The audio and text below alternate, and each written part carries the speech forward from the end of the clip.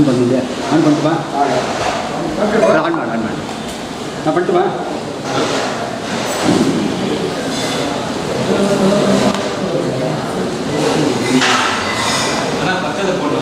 ನಮ್ದೀಗ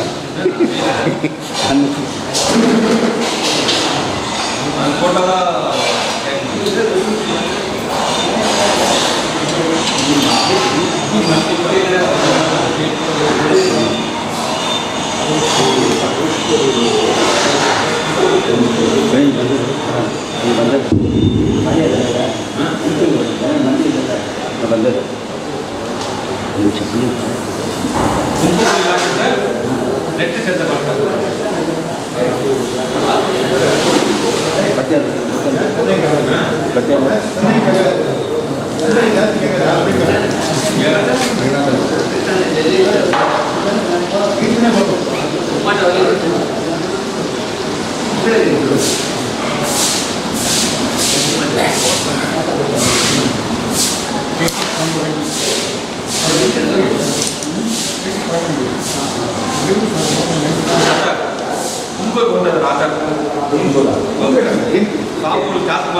ಎಲ್ಲೆಲ್ಲ ಜಾಸ್ತಿ ಮಾತ್ರ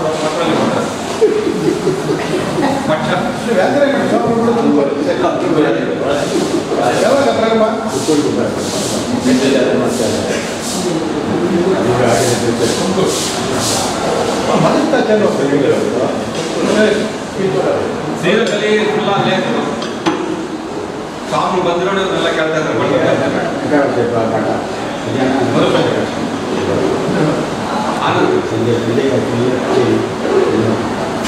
ದುಡ್ಡು ಸಾಧ್ಯ ಡೇಟ್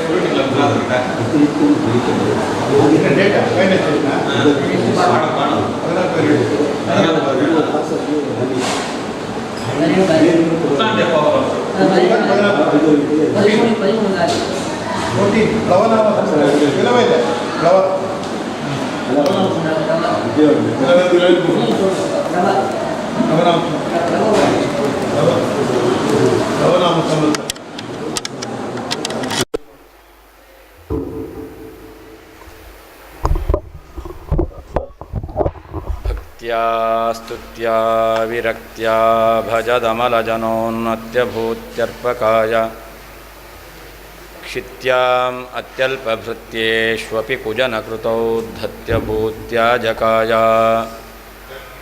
ಕರ್ತ್ರೇ ಧರ್ತ್ರೇ ಚ ಹರ್ತ್ರೇ ಹಯಮುಖಹರಯೇ ಮುತ್ರಪಾತ್ರೇ ನಮಸ್ತೆ ತಸ್ಮೈ ಕಸ್ಮೈಚಿದಸ್ಮನ್ ಮನಸಿ ಧೃತಕಥಾ ವಿಸ್ಮೃತೌ ಸ್ಮಾರಕಾಯ ತಪೋ ವಿದ್ಯಾ ವಿರಕ್ತ್ಯಾದಿ ಸದ್ಗುಣೌಘಾಕರಾನಹಂ ವಾದಿರಾಜಗುರೋನ್ ವಂದೇ ಹಯಗ್ರೀವಪದಾಶ್ರಯಾನ್ ವಿಶ್ವತಃ ಪರಮಾಂ ನಿತ್ಯಂ ವಿಶ್ವಂ ನಾರಾಯಣಂ ಹರಿಂ ವಿಶ್ವಮೇವೇದಂ ಪುರುಷಃ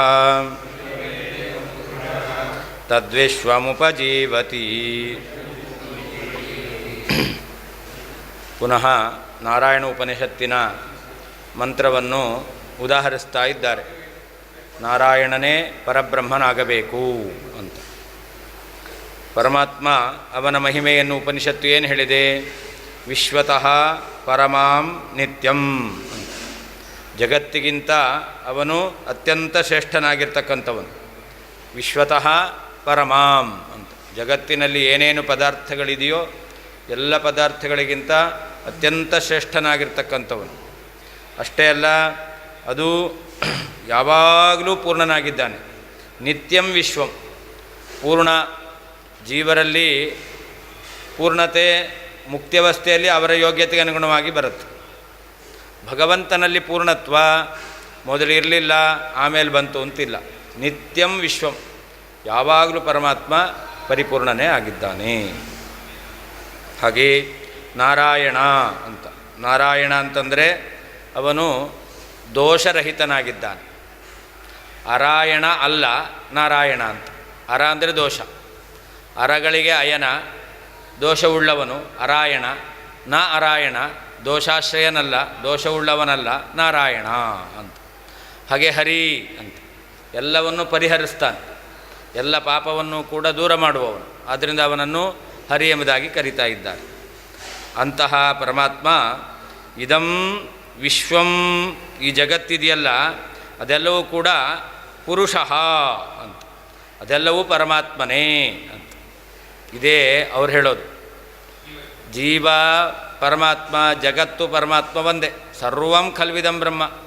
ಯಾಕೆಂದರೆ ವಿಶ್ವಮೇವ ಇದಂ ಪುರುಷ, ಈ ಜಗತ್ತೆಲ್ಲವೂ ಕೂಡ ಪರಮಾತ್ಮನೇ ಅಂತ.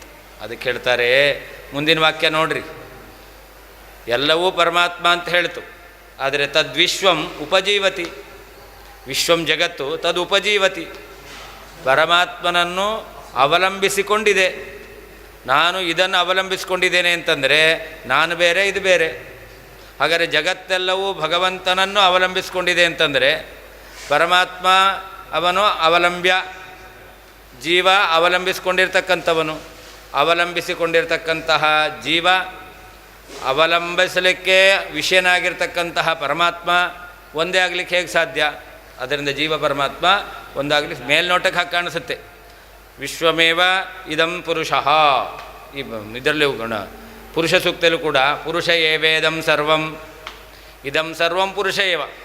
ಪುರುಷ ಸೂಕ್ತದಲ್ಲೂ ಹಾಗೇ ಇದೆ, ಮೇಲ್ನೋಟಕ್ಕೆ ಪರಮಾತ್ಮನೇ ಈ ಜಗತ್ತೆಲ್ಲ ಅಂತ ಕಾಣಿಸುತ್ತೆ. ಅದಕ್ಕೇನರ್ಥ? ತದ್ವಿಶ್ವಂ ಉಪಜೀವತಿ ಅಂತ. ಈ ಪರಮಾತ್ಮನನ್ನು ಈ ಜಗತ್ತೆಲ್ಲವೂ ಕೂಡ ಅವಲಂಬಿಸಿಕೊಂಡಿದೆ. ಅದರಿಂದ ಪುರುಷ ಏವದಮಿದೆಯಲ್ಲ, ಅದು ಇನ್ನೊಂದು ರೀತಿ ಅರ್ಥ ಮಾಡ್ಬೋದು. ಪುರುಷೇ ಏವ ಇದಂ ಸರ್ವ ಮಾಡ್ಬೋದು. ಪುರುಷ ಏವ ಪ್ರಥಮ ವಿಭಕ್ತಿ ಮಾಡ್ಬೋದು, ಪುರುಷೇ ಏವ ಸಪ್ತಮಿ ವಿಭಕ್ತಿ ಮಾಡ್ಬೋದು. ಇದಂ ಸರ್ವಂ ಪುರುಷೇ ಏವ, ಎಲ್ಲವೂ ಭಗವಂತನಲ್ಲಿಯೇ ಇದೆ. ಹಾಗಾದರೆ ಭಗವಂತ ಎಲ್ಲದಕ್ಕೂ ಅವನ ಆಶ್ರಯ, ಅವನನ್ನು ಅವಲಂಬಿಸಿಕೊಂಡು ಜಗತ್ತಿದೆ ಎಂಬುದಾಗಿ ಅರ್ಥ ಮಾಡಬೇಕು. ಹಾಗಿಲ್ಲೂ ಕೂಡ ಜೀವ ಪರಮಾತ್ಮನ ಸ್ವರೂಪ ಏನು ಅಂತ ಹೇಳೋದು, ಆ ಪರಮಾತ್ಮನನ್ನು ಜೀವ ಜಗತ್ತು ಆಶ್ರಯಿಸಿಕೊಂಡಿದೆ. ಪರಮಾತ್ಮನು ವಿಶ್ವತಃ, ಎಲ್ಲ ಜಗತ್ತಿಗಿಂತ ಪರಮಾಂ ಅತ್ಯಂತ ಶ್ರೇಷ್ಠನಾದ, ನಿತ್ಯಂ ಯಾವಾಗಲೂ, ವಿಶ್ವಂ ಪೂರ್ಣನಾದ, ನಾರಾಯಣಂ ದೋಷರಹಿತನಾದ, ಹರಿಂ ಪಾಪದೂರನಾದ ಪಾಪರಹಿತನಾದ, ಇದಂ ವಿಶ್ವಂ ಈ ಎಲ್ಲ ಜಗತ್ತು ಕೂಡ ಪುರುಷಃ ಪರಮಾತ್ಮನನ್ನೇ ಅವಲಂಬಿಸಿಕೊಂಡಿದೆ. ತತ್ ಆ ಪರಮಾತ್ಮನನ್ನು ವಿಶ್ವಂ ಜಗತ್ತು ಉಪಜೀವತಿ ಅವಲಂಬಿಸಿಕೊಂಡಿದೆ. ವಿಶ್ವತಃ ಎಲ್ಲದಕ್ಕಿಂತಲೂ ಪರಮಾಂ ಶ್ರೇಷ್ಠನಾದ, ನಿತ್ಯಂ ಯಾವಾಗಲೂ, ವಿಶ್ವಂ ಪೂರ್ಣನಾದ, ನಾರಾಯಣಂ ದೋಷರಹಿತನಾದ್ದರಿಂದ ನಾರಾಯಣ ಶಬ್ದವಾಚ್ಯನಾದ, ಹರಿಂ ಪಾಪ ಪರಿಹಾರಕನಾದ, ಇದಂ ವಿಶ್ವಂ ಈ ಎಲ್ಲ ಜಗತ್ತು ಕೂಡ ಪುರುಷಃ ಪರಮಾತ್ಮನೇ, ಅಂದರೆ ಪರಮಾತ್ಮನಲ್ಲಿ ಈ ಜಗತ್ತಿದೆ. ಯಾಕೆ? ವಿಶ್ವಂ ಜಗತ್ತು ತತ್ ಆ ಪರಮಾತ್ಮನನ್ನು ಉಪಜೀವತಿ ಅವಲಂಬಿಸಿಕೊಂಡಿದೆ. ಪತಿಂ ವಿಶ್ವಸ್ಯಾತ್ಮೇಶ್ವರಂ ಶಾಶ್ವತಂ ಶಿವಮಚ್ಯುತಂ ನಾರಾಯಣಂ ಮಹಾಜ್ಞೇಯಂ ವಿಶ್ವಾತ್ಮಾನಂ ಪರಾಯಣಂ.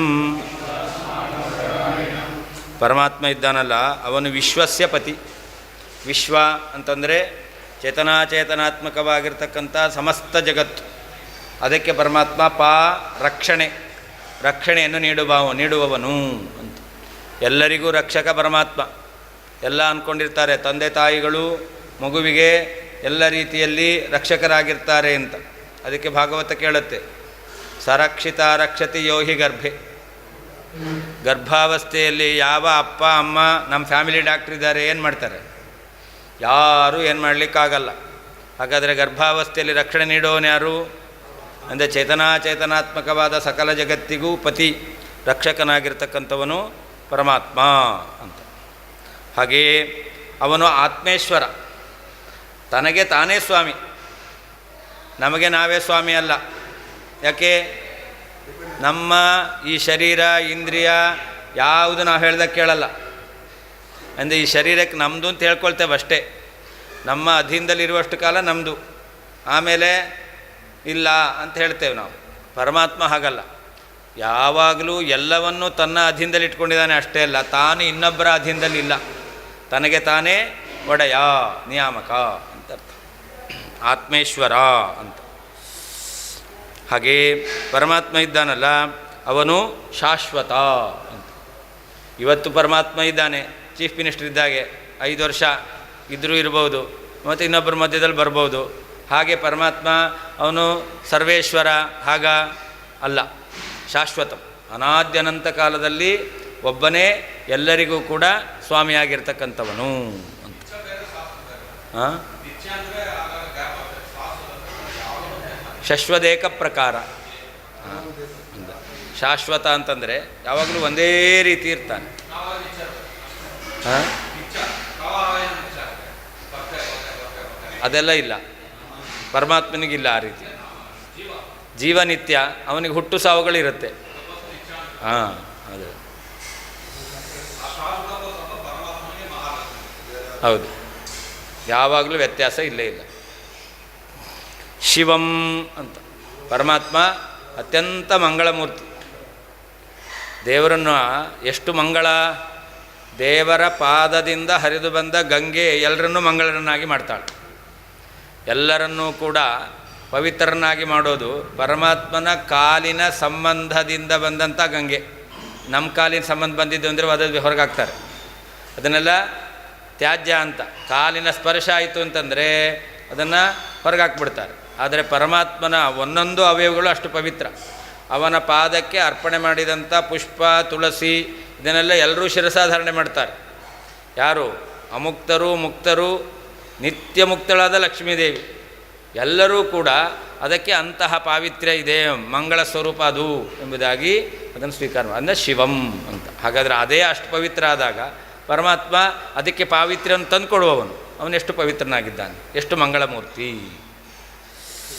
ಅಚ್ಯುತ ಅಂತ, ಅವನಿಗೆ ಯಾವುದರ ಕೊರತೆಯೂ ಇಲ್ಲ, ಅವನಿಗೆ ಯಾವುದಾದ್ರೂ ಕಡಿಮೆ ಇದೆ ಅಂತ ಇಲ್ಲವೇ ಇಲ್ಲ, ಎಲ್ಲವೂ ಕೂಡ ಪೂರ್ಣವಾಗಿ ಇರ್ತಕ್ಕಂಥದ್ದು. ಹಾಗೆ ನಾರಾಯಣ ಅಂದರೆ ವೇದ ಪ್ರತಿಪಾದ್ಯ ಅಂತ ಅರ್ಥ. ನರಾಣಾಂ ಸಂಬಂಧಿ ನಾರಂ ಅಂತ ಅರ್ಥ. ನರ ಅಂದರೆ ಮನುಷ್ಯರು, ಮನುಷ್ಯರಿಗೆ ಸಂಬಂಧಪಟ್ಟದ್ದು, ಮನುಷ್ಯರು ಓದಲೇಬೇಕಾದದ್ದು ಯಾವುದದು? ವೇದ. ಮನುಷ್ಯರಿಗೆ ಜ್ಞಾನ ಬರೋದು ಯಾವುದರಿಂದ? ವೇದದಿಂದ. ಅಥವಾ ನರೀಯತೆ, ವೇದಕ್ಕೆ ನಾಶ ಇಲ್ಲ, ಅದರಿಂದ ಅದನ್ನು ನಾರ ಅಂತ ಕರೀತಾರೆ. ಅಂತಹ ವೇದಕ್ಕೆ ವಿಷಯತೆಯ ಆಶ್ರಯ ಅಂದರೆ ವೇದದಿಂದ ಪ್ರತಿಪಾದ್ಯ ಅಂದ ಅವನನ್ನು ನಾರಾಯಣ ಎಂಬುದಾಗಿ ಕರೀತಾರೆ. ನಾರಾಯಣ ಅಂದರೆ ವೇದ ಪ್ರತಿಪಾದ್ಯ ಅಂತ ಅರ್ಥ.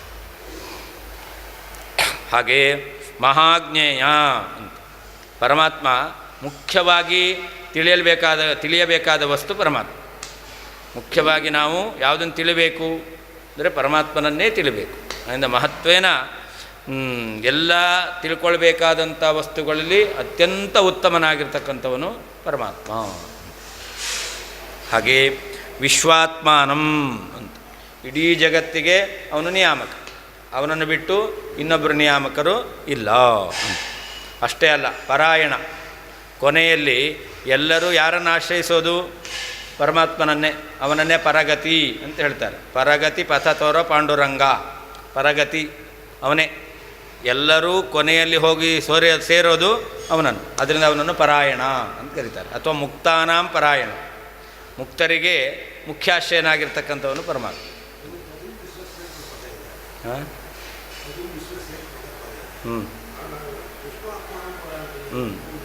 ಒಂದು ರಕ್ಷಕ, ಇನ್ನೊಂದು ನಿಯಾಮಕ. ಮಕ್ಕಳಿಗೆ ಊಟ ಹಾಕ್ತೀರ, ರಕ್ಷಕರು, ನಿಯಾಮಕರಲ್ಲ. ಅವ್ರು ಹೇಳ್ದಂಗೆ, ನೀವು ಹೇಳ್ದಂಗೆ ಅವ್ರು ಕೇಳಲ್ಲ, ಹೌದಾ? ಹಾಗೆ ಪರಮಾತ್ಮ ಹಾಗಲ್ಲ, ಅವನು ರಕ್ಷಕನೂ ಹೌದು, ನಿಯಾಮಕನೂ ಹೌದು. ಅಂದರೆ ವಿಶ್ವಸ್ಯ ಚೇತನಾಚೇತನಾತ್ಮಕವಾದ ಪ್ರಪಂಚಕ್ಕೆ ಪತಿಂ ರಕ್ಷಕನಾದ, ಆತ್ಮೇಶ್ವರಂ ತನಗೆ ತಾನೇ ನಿಯಾಮಕನಾದ, ಅರ್ಥಾತ್ ಇನ್ನೊಬ್ಬ ನಿಯಾಮಕ ರಹಿತನಾದ, ಶಾಶ್ವತಂ ಶಶ್ವದೇಕ ಪ್ರಕಾರನಾದ, ಶಿವಂ ಮಂಗಳಮೂರ್ತಿಯಾದ, ಅಚ್ಯುತಂ ಚ್ಯುತಿರಹಿತನಾದ, ನಾರಾಯಣಂ ವೇದ ಪ್ರತಿಪಾದ್ಯನಾದ, ಮಹಾಜ್ಞೇಯಂ ಅತ್ಯಂತ ಮುಖ್ಯತೆಯ ವೇದ್ಯನಾದ, ವಿಶ್ವಾತ್ಮಾನಂ ಎಲ್ಲ ಜೀವರಿಗೆ ಒಳಗಡೆ ಇದ್ದು ನಿಯಾಮಕನಾದ, ಪರಾಯಣಂ ಮುಕ್ತರಿಗೂ ಆಶ್ರಯನಾದ, ಎಲ್ಲರಿಗಿಂತ ಶ್ರೇಷ್ಠನಾದ ಪರಮಾತ್ಮ. ವಿಶ್ವಸ್ಯ ಚೇತನಾತ್ಮಕವಾದ ಪ್ರಪಂಚಕ್ಕೆ ಪತಿಂ ರಕ್ಷಕನಾದಂತಹ, ಆತ್ಮೇಶ್ವರಂ ತನಗೆ ತಾನೇ ನಿಯಾಮಕನಾದ, ಇನ್ನೊಬ್ಬ ನಿಯಾಮಕ ರಹಿತನಾದಂತಹ, ಶಾಶ್ವತಂ ಶಶ್ವದೇಕ ಪ್ರಕಾರನಾದ, ಶಿವಂ ಮಂಗಳಮೂರ್ತಿಯಾದಂತಹ, ಅಚ್ಯುತಂ ಚ್ಯುತಿರಹಿತನಾದ, ನಾರಾಯಣಂ ವೇದ ಪ್ರತಿಪಾದ್ಯನಾದ, ಮಹಾಜ್ಞೇಯಂ ಮುಖ್ಯವಾಗಿ ಎಲ್ಲದಕ್ಕಿಂತಲೂ ತಿಳಿಲಿಕ್ಕೆ ಯೋಗ್ಯನಾದಂತಹ, ವಿಶ್ವಾತ್ಮಾನಂ ಜಗತ್ತಿನ ಒಳಗಡೆ ಇದ್ದುಕೊಂಡು ಎಲ್ಲವನ್ನೂ ನಿಯಮನ ಮಾಡುವಂತಹ ಜಗನ್ನಿಯಾಮಕನಾದ, ಪರಾಯಣಂ ಮುಕ್ತರಿಗೂ ಆಶ್ರಯನಾದ ಅಥವಾ ಪರಗತಿಯಾದ, ಶ್ರೇಷ್ಠ ಗತಿಯಾಗಿರ್ತಕ್ಕಂತಹ ಪರಮಾತ್ಮ ಎಂಬುದಾಗಿ ಅರ್ಥ.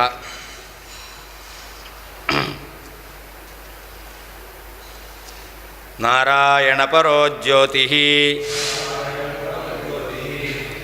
ಆತ್ಮ ನಾರಾಯಣ ಪರಃ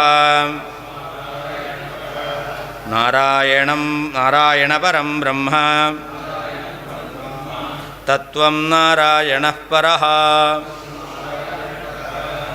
ಇನ್ನೊಂದು ನಾರಾಯಣ ಅಂತಿದೆ. ನಾರಾಯಣ ಇದೆ ಇಲ್ಲ, ಅವನು ಯಾರು? ಪರೋಜ್ಯೋತಿ ಅಂತ. ಮುಖ್ಯವಾಗಿ ಅವನು ಪ್ರಕಾಶರೂಪ ಅಂತ. ಪ್ರಕಾಶರೂಪ, ಸೂರ್ಯನದ್ದು ಪ್ರಕಾಶ ಇದೆ, ಅಂತಹ ಪ್ರಕಾಶ ಅಲ್ಲ. ಸೂರ್ಯನದ್ದು ಪ್ರಕಾಶ ಅಂತಂದರೆ ಅದು ಜಡವಾದ ಪ್ರಕಾಶ. ಪರಮಾತ್ಮನದ್ದು ಜ್ಞಾನಾತ್ಮಕವಾದ ಪ್ರಕಾಶ, ಜ್ಞಾನಜ್ಯೋತಿ ಅವನು. ಅದರಿಂದ ಪರಮಾತ್ಮ ಮುಖ್ಯವಾಗಿ ಜ್ಯೋತಿರೂಪನಾಗಿದ್ದಾನೆ ಅಂತ. ಅಷ್ಟೇ ಅಲ್ಲ, ಪರಮಾತ್ಮ ಇದ್ದಾನೆ, ನಾರಾಯಣ ಆತ್ಮ ಅಂತ. ಆತ್ಮ ಅಂತಂದರೆ ಮುಖ್ಯಸ್ವಾಮಿ ಅಂತ ಅರ್ಥ. ಓಂ ಆತ್ಮೇತಿ ತೂಪಗಚ್ಚಂತಿ ಗ್ರಾಹಯಂತಿ ಚಾವೋಂ. ಮಮ ಸ್ವಾಮಿ ಹರಿರ್ನಿತ್ಯಂ ಸರ್ವಸ್ಯ ಪತಿರೇವಚ ಅಂತ. ನನಗೆ ಮುಖ್ಯವಾಗಿ ಸ್ವಾಮಿಯಾಗಿರ್ತಕ್ಕಂಥವನು ಪರಮಾತ್ಮ ಅಂತ. ಅದನ್ನೇ ಆತ್ಮ ಅಂತ ಹೇಳ್ತಾರೆ. ಪರಹ ಆತ್ಮ ಅಂತ, ಅವನು ಮುಖ್ಯ ಸ್ವಾಮಿಯಾಗಿದ್ದಾನೆ. ಅಷ್ಟೇ ಅಲ್ಲ, ಇಲ್ಲಿ ನಾರಾಯಣ ಪರಂ ಬ್ರಹ್ಮ ಅಂತ. ನಾರಾಯಣ ಯಾರು? ಅವನೇ ಪರಬ್ರಹ್ಮ, ಅವನನ್ನು ಬಿಟ್ಟು ಇನ್ನೊಬ್ಬ ಪರಬ್ರಹ್ಮ ಇಲ್ಲ ಅಂತ. ಅಷ್ಟೇ ಅಲ್ಲ, ನಾರಾಯಣ ಪರಹ ತತ್ವಂ ಅಂತ. ಪರಮಾತ್ಮ ಇದ್ದಾನಲ್ಲ, ಅವನು ಸರ್ವಶ್ರೇಷ್ಠವಾದ ತತ್ವ, ಎಲ್ಲದಕ್ಕಿಂತಲೂ ಶ್ರೇಷ್ಠವಾಗಿರ್ತಕ್ಕಂಥ ತತ್ವ ಅಂದರೆ ಪರಮಾತ್ಮ. ಅದಕ್ಕೆ ಸ್ವತಂತ್ರಂ ಅಸ್ವತಂತ್ರಂಚ ಅಂತ ಆಚಾರ್ಯ ಹೇಳಿದ್ದು. ಸ್ವತಂತ್ರ ಅಂತ ಯಾಕೆ ಹೇಳಿದ್ರು? ಅವನು ಎಲ್ಲದಕ್ಕಿಂತಲೂ ಶ್ರೇಷ್ಠನಾಗಿದ್ದಾನೆ ಅಂತ. ನಾರಾಯಣನು ಪರಹ ಜ್ಯೋತಿ, ಮುಖ್ಯವಾದ ಪ್ರಕಾಶರೂಪಿ, ಜ್ಞಾನಪ್ರಕಾಶರೂಪಿಯಾಗಿದ್ದಾನೆ. ನಾರಾಯಣನು ಪರಹ ಆತ್ಮ, ಶ್ರೇಷ್ಠನಾದ ಸ್ವಾಮಿಯಾಗಿದ್ದಾನೆ ಅಥವಾ ಮುಖ್ಯ ಸ್ವಾಮಿಯಾಗಿದ್ದಾನೆ. ನಾರಾಯಣನು ಪರಂ ಬ್ರಹ್ಮ, ಪರಬ್ರಹ್ಮನಾಗಿದ್ದಾನೆ.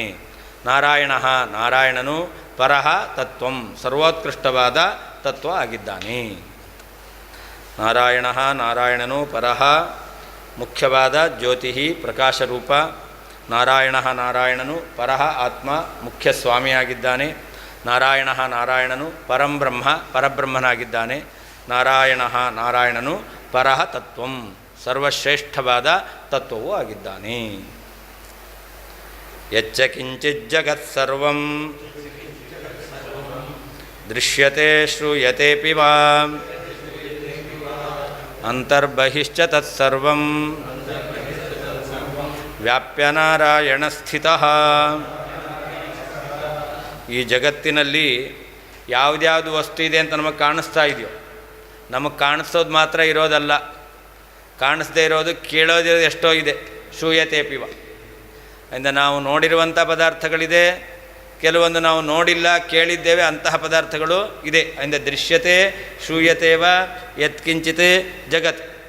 ಈ ಜಗತ್ತಿನಲ್ಲಿ ಯಾವುದ್ಯಾವುದು ನಮಗೆ ಕಾಣಿಸ್ತಾ ಇದೆಯೋ ಅಥವಾ ನಾವು ಕೇಳಿದ್ದೇವೋ ಅದೆಲ್ಲವನ್ನೂ ಕೂಡ ತತ್ಸರ್ವಂ ಅಂತರ್ಬಹಿಶ್ಚ ವ್ಯಾಪ್ಯ, ಒಳಗೂ ಹೊರಗೂ ವ್ಯಾಪಿಸಿ ಭಗವಂತ ಇದ್ದಾನೆ. ನಾರಾಯಣ ಸ್ಥಿತಃ ಅಂತ. ಭಗವಂತನ ವ್ಯಕ್ತಿತ್ವ ಏನು?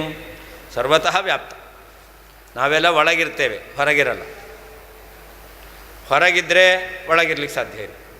ಭಗವಂತ ಹಾಗಲ್ಲ, ಒಬ್ಬನೇ, ಒಳಗೂ ಇದ್ದಾನೆ, ಹೊರಗೂ ಇದ್ದಾನೆ. ಎಲ್ಲ ಪದಾರ್ಥಗಳ ಒಳಗೂ ಇದ್ದಾನೆ, ಎಲ್ಲ ಪದಾರ್ಥಗಳ ಹೊರಗೂ ಇದ್ದಾನೆ. ಹೀಗೆ ವ್ಯಾಪಿಸಿ ಪರಮಾತ್ಮ ಸರ್ವತ್ರ ಇದ್ದಾನೆ ಅಂತ. ಅಂದರೆ ಸರ್ವತ್ರ ವ್ಯಾಪ್ತಿ ಪರಮಾತ್ಮನಿಗಿದೆ. ಎಚ್ಚ ಯಾವ ಕಿಂಚಿತ್ ಅಂದರೆ ಅಲ್ಪವಾಗಿರ್ತಕ್ಕಂಥದ್ದು ಜಗತ್, ಈ ಜಗತ್ತಿದೆಯೋ, ದೃಶ್ಯತೆ ನಮಗೆ ಕಾಣ್ತಾ ಇದೆಯೋ, ಅಥವಾ ಶ್ರೂಯತೆಪಿ ನಾವು ಕಾಣಲಿಕ್ಕೆ ಸಾಧ್ಯ ಇಲ್ಲ, ಕೇಳ್ತಾ ಇದ್ದೀವೋ, ತತ್ ಜಗತ್ತಿನ ಅಂತಹ ಸರ್ವಂ ಎಲ್ಲವನ್ನೂ ಕೂಡ ಅಂತಹ ಬಹಿಶ್ಚ ಒಳಗೂ ಹೊರಗೂ ವ್ಯಾಪ್ಯ ವ್ಯಾಪಿಸಿ ನಾರಾಯಣನು ಸ್ಥಿತಃ ಇದ್ದಾನೆ. ಎಚ್ಚ ಯಾವ ಕಿಂಚಿತ್ ಅಲ್ಪವಾಗಿರ್ತಕ್ಕಂತಹ ಜಗತ್ತು, ಈ ಜಗತ್ತಿದೆಯೋ ಅದು ದೃಶ್ಯತೆ, ಅಲ್ಪವಾದರೂ ಪರವಾಗಿಲ್ಲ, ದೊಡ್ಡದಾದರೂ ಪರವಾಗಿಲ್ಲ, ಎಲ್ಲವೂ ಕೂಡ ದೃಶ್ಯತೆ ಕಣ್ಣಿಗೆ ಕಾಣ್ತಾ ಇದೆಯೋ, ಅಥವಾ ಶ್ರೂಯತೆ ನಾವು ನೋಡಲಿಕ್ಕೆ ಸಾಧ್ಯ ಇಲ್ಲ, ಕೇಳ್ತಾ ಇದ್ದೇವೋ, ತತ್ ಸರ್ವಂ ಅದೆಲ್ಲವನ್ನೂ ಕೂಡ ಅಂತಹ ಒಳಗೂ ಬಹಿಶ್ಚ ಹೊರಗೂ ಕೂಡ ವ್ಯಾಪ್ಯ ವ್ಯಾಪಿಸಿ ನಾರಾಯಣ ಸ್ಥಿತಃ ಭಗವಂತ ಇದ್ದಾನೆ. ಕೇಳಿದ್ದು ನೋಡಿದ್ದು ಸ್ವಲ್ಪ, ಅದು ಸ್ವಲ್ಪ ಅಷ್ಟೇ. ಕೇಳದೇ ಇರೋದು ನೋಡದೇ ಇರೋದು ತುಂಬ ಇದೆ. ಅಥವಾ ನೀವು ನೋಡಿದ್ದು ಅದು ಬಹಳ ಸಣ್ಣದು, ನೋಡದೇ ಇರೋದು ದೊಡ್ಡದಿದೆ. ಅದರಿಂದ ನೋಡಿದ ಸಣ್ಣದ್ದು ಅಥವಾ ನೋಡದೇ ಇರತಕ್ಕಂಥ ಸಣ್ಣದು, ಅಣೋಹ ಅಣಿಯ ಅನ್ನೋದು. ಆದ್ದರಿಂದ ಕಾಣದೇ ಇರತಕ್ಕಂಥ ಎಷ್ಟೋ ಸೂಕ್ಷ್ಮಗಳಿದೆ, ಅವುಗಳಲ್ಲಿಯೂ ಕೂಡ ಭಗವಂತ ಒಳಗು ಹೊರಗು ಇದ್ದಾನೆ ಅಂತ ಅರ್ಥ. ನಮಗೆ ಎಷ್ಟೋ ವಸ್ತುಗಳು ಕಾಣಲ್ಲ, ದೊಡ್ಡ ದೊಡ್ಡ ವಸ್ತುಗಳೆಲ್ಲ ಕಾಣಿಸುತ್ತೆ. ಸಣ್ಣ ಸಣ್ಣದು ಈಗೆಲ್ಲ ರೋಗಕಾರಕವಾಗಿರ್ತಕ್ಕಂತಹ ಕ್ರಿಮಿಗಳಿದಾವಲ್ಲ, ಅದೆಲ್ಲ ಕಾಣಲ್ಲ. ಆದರೆ ಕಾಣದಿದ್ದರೂ ಕೂಡ ಒಳಗಡೆ ಹೊರಗಡೆ ಭಗವಂತ ವ್ಯಾಪಿಸಿರ್ತಾನೆ ಅಂತ ಅರ್ಥ. ಸೆಲ್ಸ್ ಅಂತ ಹೇಳ್ತಾರಲ್ಲ, ಅದೆಲ್ಲ ಸ್ಪ್ರೆಡ್ ಆದಮೇಲೆ ಗೊತ್ತಾಗೋದು, ಇದೆ ಅಂತ ಗೊತ್ತಾಗಲ್ಲ. ಆಪ್ರೇಷನ್ ಮಾಡಿ ಅದರಲ್ಲಿ ಸೂಕ್ಷ್ಮದರ್ಶಕ ಯಂತ್ರದಿಂದ ನೋಡಿದ್ರೂ ಕೂಡ ಗೊತ್ತಾಗಲ್ಲ. ಆಮೇಲೆ ಸ್ಪ್ರೆಡ್ ಆಯಿತು ಅಂದರೆ ಏನು ಮಾಡಲಿಕ್ಕಾಗಲ್ಲ ಅಂತಾರೆ ಅವರು. ಅಂದರೆ ಅಂತಹ ಕಣ್ಣಿಗೆ ಕಾಣದೇ ಇರತಕ್ಕಂಥದ್ದು ಆಮೇಲೆ ಗೊತ್ತಾಗುತ್ತೆ ಇದೆ ಅಂತ. ಯಾಕೆ ಅದು ಫಲಾನುಮೇಯ, ಪುನಃ ರೋಗ ಉಲ್ಬಣ ಆಯ್ತಲ್ಲ, ಹಾಗಾದರೆ ಇದ್ದೇ ಇತ್ತು ಅಂತ ಅರ್ಥ. ಅದು ಫಲದಿಂದ ರೋಗ ಉಲ್ಬಣ ಆದ್ದರಿಂದ ನಾವು ಇದೆ ಅಂತ ತೀರ್ಮಾನ ಮಾಡಲಿಕ್ಕಾಗುತ್ತೆ. ಅಲ್ಲಿಯೂ ಕೂಡ ಪರಮಾತ್ಮ ಇದ್ದಾನೆ. ಇತಿ ಸ್ಪಷ್ಟಾಕ್ಷುಪನಿಷತ್ಪರಂ ಬ್ರಹ್ಮಾಹತಂ ಪ್ರಭುಂ ವಿಶ್ವತಃ ಪರಮತ್ವಂಚ ವಿಶ್ವಶಂಭೂಮಿತಾಂ ತಥಾ ವಿಶ್ವೋಪಜೀವ್ಯತಾಮಾತ್ಮ ಈಶ್ವರತಾಕ್ಷರತೆ ತಥಾ. ಈ ರೀತಿಯಲ್ಲಿ ಸ್ಪಷ್ಟ ಉಪನಿಷತ್, ಸ್ಪಷ್ಟವಾಗಿ ಈ ಉಪನಿಷದ್ ವಾಕ್ಯ ಪರಂ ಬ್ರಹ್ಮ ಅಂತ ಪರಮಾತ್ಮನ ಏನಂತ ಹೇಳ್ತಾ ಇದೆ? ತಂ ಪ್ರಭುಂ ಪರಂ ಬ್ರಹ್ಮ, ನಾರಾಯಣ ಪರಂ ಬ್ರಹ್ಮ, ಆತ್ಮ ನಾರಾಯಣ ಪರಃ ಅಂತ ಹೇಳ್ತಾ ಇದೆ. ಹಾಗೆ ನಾರಾಯಣ ಪರಬ್ರಹ್ಮ ಎಂಬುದಾಗಿ ಸ್ಪಷ್ಟವಾಗಿ ಈ ನಾರಾಯಣ ಉಪನಿಷತ್ತಿನ ವಾಕ್ಯ ಹೇಳ್ತಾ ಇದೆ. ಆದ್ದರಿಂದ ಯಾರು ವಟಪತ್ರಶಾಹಿ ಪ್ರಳಯ ಕಾಲದಲ್ಲಿ ಮಲಗಿದ್ದಾನೋ ನೀರಿನಲ್ಲಿ, ಅವನೇನೇ ಸಗುಣ ಬ್ರಹ್ಮ, ಗುಣಬ್ರಹ್ಮಿತನಾದವನು ಅವನೇ ಪರಬ್ರಹ್ಮ. ನೀವು ಹೇಳುವ ರೀತಿಯಲ್ಲಿ ಈ ವಟಪತ್ರಶಾಹಿಯಾದಂತಹ ನಾರಾಯಣ ಸಗುಣ ಬ್ರಹ್ಮ, ಅವನಿಗಿಂತ ಉತ್ತಮನಾದ ಇನ್ನೊಬ್ಬ ನಿರ್ಗುಣ ಬ್ರಹ್ಮ ಇದ್ದಾನೆ ಅಂತ ಹೇಳಲಿಕ್ಕೆ ಬರೋದಿಲ್ಲ. ಅಷ್ಟೇ ಅಲ್ಲ, ಇವನು ಸರ್ವೋತ್ತಮ. ಯಾಕೆ? ವಿಶ್ವತಃ ಪರಮತ್ವಂ ಅಂತ. ಈ ಪರಮಾತ್ಮ ಇದ್ದಾನಲ್ಲ, ಇವನು ಈ ಜಗತ್ತಿಗಿಂತ ಉತ್ತಮ ಅಂತ ಹೇಳ್ತಾ ಇದೆ. ವಿಶ್ವತಃ ಪರಮಾಂ ಅಂತ ಶ್ರುತಿ ಏನು ಹೇಳ್ತು? ಈ ಎಲ್ಲ ಜಗತ್ತುಗಳಿಗಿಂತ ಅತ್ಯಂತ ಶ್ರೇಷ್ಠನಾಗಿದ್ದಾನೆ ಅಂತ, ವಿಶ್ವತಃ ಪರಮಾಂ ಅಂತ. ಆಮೇಲೆ ವಿಶ್ವಶಂಭೂಮಿತಾಂ ತಥಾ ಅಂತ, ಎಲ್ಲದಕ್ಕೂ ಅವನು ಎಲ್ಲ ವಿಧವಾದ ಸುಖಕ್ಕೂ ಆಶ್ರಯನಾಗಿದ್ದಾನೆ. ವಿಶ್ವಶಂ ಎಲ್ಲ ವಿಧವಾದ ಸುಖ, ಅದಕ್ಕೆ ಭೂಮಿ, ಭೂಮಿ ಏನು? ಆಶ್ರಯ. ಹಾಗೆ ಸಕಲ ವಿಧವಾದ ಆನಂದಕ್ಕೂ ಕೂಡ ಭಗವಂತ ಆಶ್ರಯನಾಗಿದ್ದಾನೆ ಎಂಬುದಾಗಿ ಶ್ರುತಿ ಹೇಳ್ತಾ ಇದೆ. ಅಷ್ಟೇ ಅಲ್ಲ, ವಿಶ್ವೋಪಜೀವ್ಯತಾಂ, ಜಗತ್ತಿನಲ್ಲಿ ಎಲ್ಲರೂ ಕೂಡ ಅವನನ್ನೇ ಅವಲಂಬಿಸಿಕೊಂಡಿದ್ದಾರೆ. ಎಲ್ಲರೂ ಒಂದೊಂದನ್ನು ಅವಲಂಬಿಸಿಕೊಂಡಿದ್ದಾರೆ. ಆದರೆ ನಮಗೆ ಕಾಣತಕ್ಕಂಥದ್ದು ನಾವು ಇದನ್ನು ಅವಲಂಬಿಸಿಕೊಂಡಿದ್ದೇವೆ, ಕೂತಿದ್ದೇವೆ. ಹಾಗಾದರೆ ನೆಲ ಬೇಕು ಅಂತ. ನಾವು ನೆಲ ಇದ್ದರೆ ಮಾತ್ರ ನಾವು ಕೂತ್ಕೊಳ್ಳಿಕ್ಕೆ ಸಾಧ್ಯ. ನೆಲವೇ ಇಲ್ಲ ಅಂತಂದರೆ ಕೂತ್ಕೊಳ್ಳೋಕ್ಕಾಗಲ್ಲ. ಆದರೆ ನೆಲ ಯಾರನ್ನು ಆಶ್ರಯಿಸ್ಕೊಂಡಿರೋದು? ಆ ನೆಲ ಇರೋದು ಶೇಷನ ಮೇಲೆ ಅಂತೀರ. ಶೇಷ ವಾಯು ಪರಮಾತ್ಮನ. ಹಾಗಾದರೆ ಈ ಭೂಮಿ ಇದೆ ಅಂತಂದರೆ ಈ ಭೂಮಿ ಇರಲಿಕ್ಕೆ ಯಾರು ಮುಖ್ಯ ಕಾರಣ? ಪರಮಾತ್ಮ. ಅದರಿಂದ ಪ್ರತಿಯೊಬ್ಬ ಜೀವರು ಕೂಡ ಪರಮಾತ್ಮನನ್ನೇ ಆಶ್ರಯಿಸಿಕೊಂಡಿದ್ದಾರೆ. ಅಂದರೆ ಅವರು ವಿಶ್ವ ಉಪಜೀವ್ಯತ, ಇಡೀ ಜಗತ್ತಿಗೆ ಉಪಜೀವ್ಯನಾಗಿರ್ತಕ್ಕಂಥವನು ಪರಮಾತ್ಮ.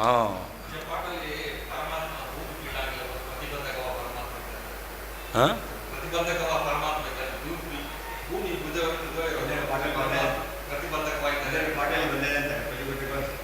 ಭೂಮಿ ಬೀಳದ ಹಾಗೆ ಭಗವಂತ ಧಾರಣೆ ಮಾಡಿಕೊಂಡಿದ್ದಾನೆ.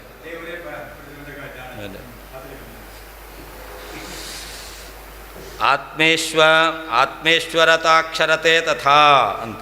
ಪರಮಾತ್ಮ ಏನಾಗಿದ್ದಾನೆ? ಆತ್ಮೇಶ್ವರ ಮತ್ತು ಅಕ್ಷರ ಅಂತ. ಆತ್ಮೇಶ್ವರ ಅಂದರೆ ತನಗೆ ತಾನೇ ಒಡೆಯ ಅಥವಾ ಎಲ್ಲದಕ್ಕೂ ನಿಯಾಮಕ, ಅವನಿಗೊಬ್ಬ ನಿಯಾಮಕ ಇಲ್ಲ. ಮತ್ತು ಅಕ್ಷರ, ಯಾವ ರೀತಿಯ ನಾಶವೂ ಕೂಡ ಅವನಿಗಿಲ್ಲ ಅಂತ. ಇದೆಲ್ಲವನ್ನೂ ಕೂಡ ಉಪನಿಷತ್ತು ಆಹಾ ಹೇಳಿದೆ. ಹಾಗಾದ್ರೆ ಇವನ್ಯಾರಬೇಕು? ಇಂತಹ ಗುಣಗಳನ್ನು ಹೇಳಿ ಆಮೇಲೆ ನಾರಾಯಣ ಪರಂಬ್ರಹ್ಮ ಅಂತ ಹೇಳ್ತಾ ಇದ್ದೆ. ಹಾಗಾದರೆ ಗುಣವಿಶಿಷ್ಟನಾದವನೇ ಪರಬ್ರಹ್ಮ, ನಿರ್ಗುಣನಾದವನು ಪರಬ್ರಹ್ಮ ಅಲ್ಲ ಎಂಬುದಾಗಿ ಮುಂದೆ ಅದರ ವಾಕ್ಯವನ್ನು ಮುಂದೆ ಹೇಳ್ತಾರೆ. ಇತಿ ಹಿಂದೆ ಹೇಳಿದ ರೀತಿಯಲ್ಲಿ ನಾರಾಯಣ ವಿಶ್ವತಃ ಪರಮಾಂ ನಿತ್ಯಂ ಅಥವಾ ಸಹಸ್ರಶೀರ್ಷಂ ದೇವಂ ವಿಶ್ವಾಕ್ಷಂ ವಿಶ್ವಶಂಭವಂ, ಈ ರೀತಿಯಲ್ಲಿ ಉಪನಿಷತ್ತವು ಸ್ಪಷ್ಟವಾದ ಉಪನಿಷತ್ತು ತಂ ಪ್ರಭುಂ, ಆ ಸರ್ವಸಮರ್ಥನಾದಂತಹ ನಾರಾಯಣನನ್ನು ಪರಂಬ್ರಹ್ಮ ಆಹ, ಸರ್ವೋತ್ತಮನಾದ ಬ್ರಹ್ಮ ಎಂಬುದಾಗಿ ಹೇಳ್ತಾ ಇದೆ.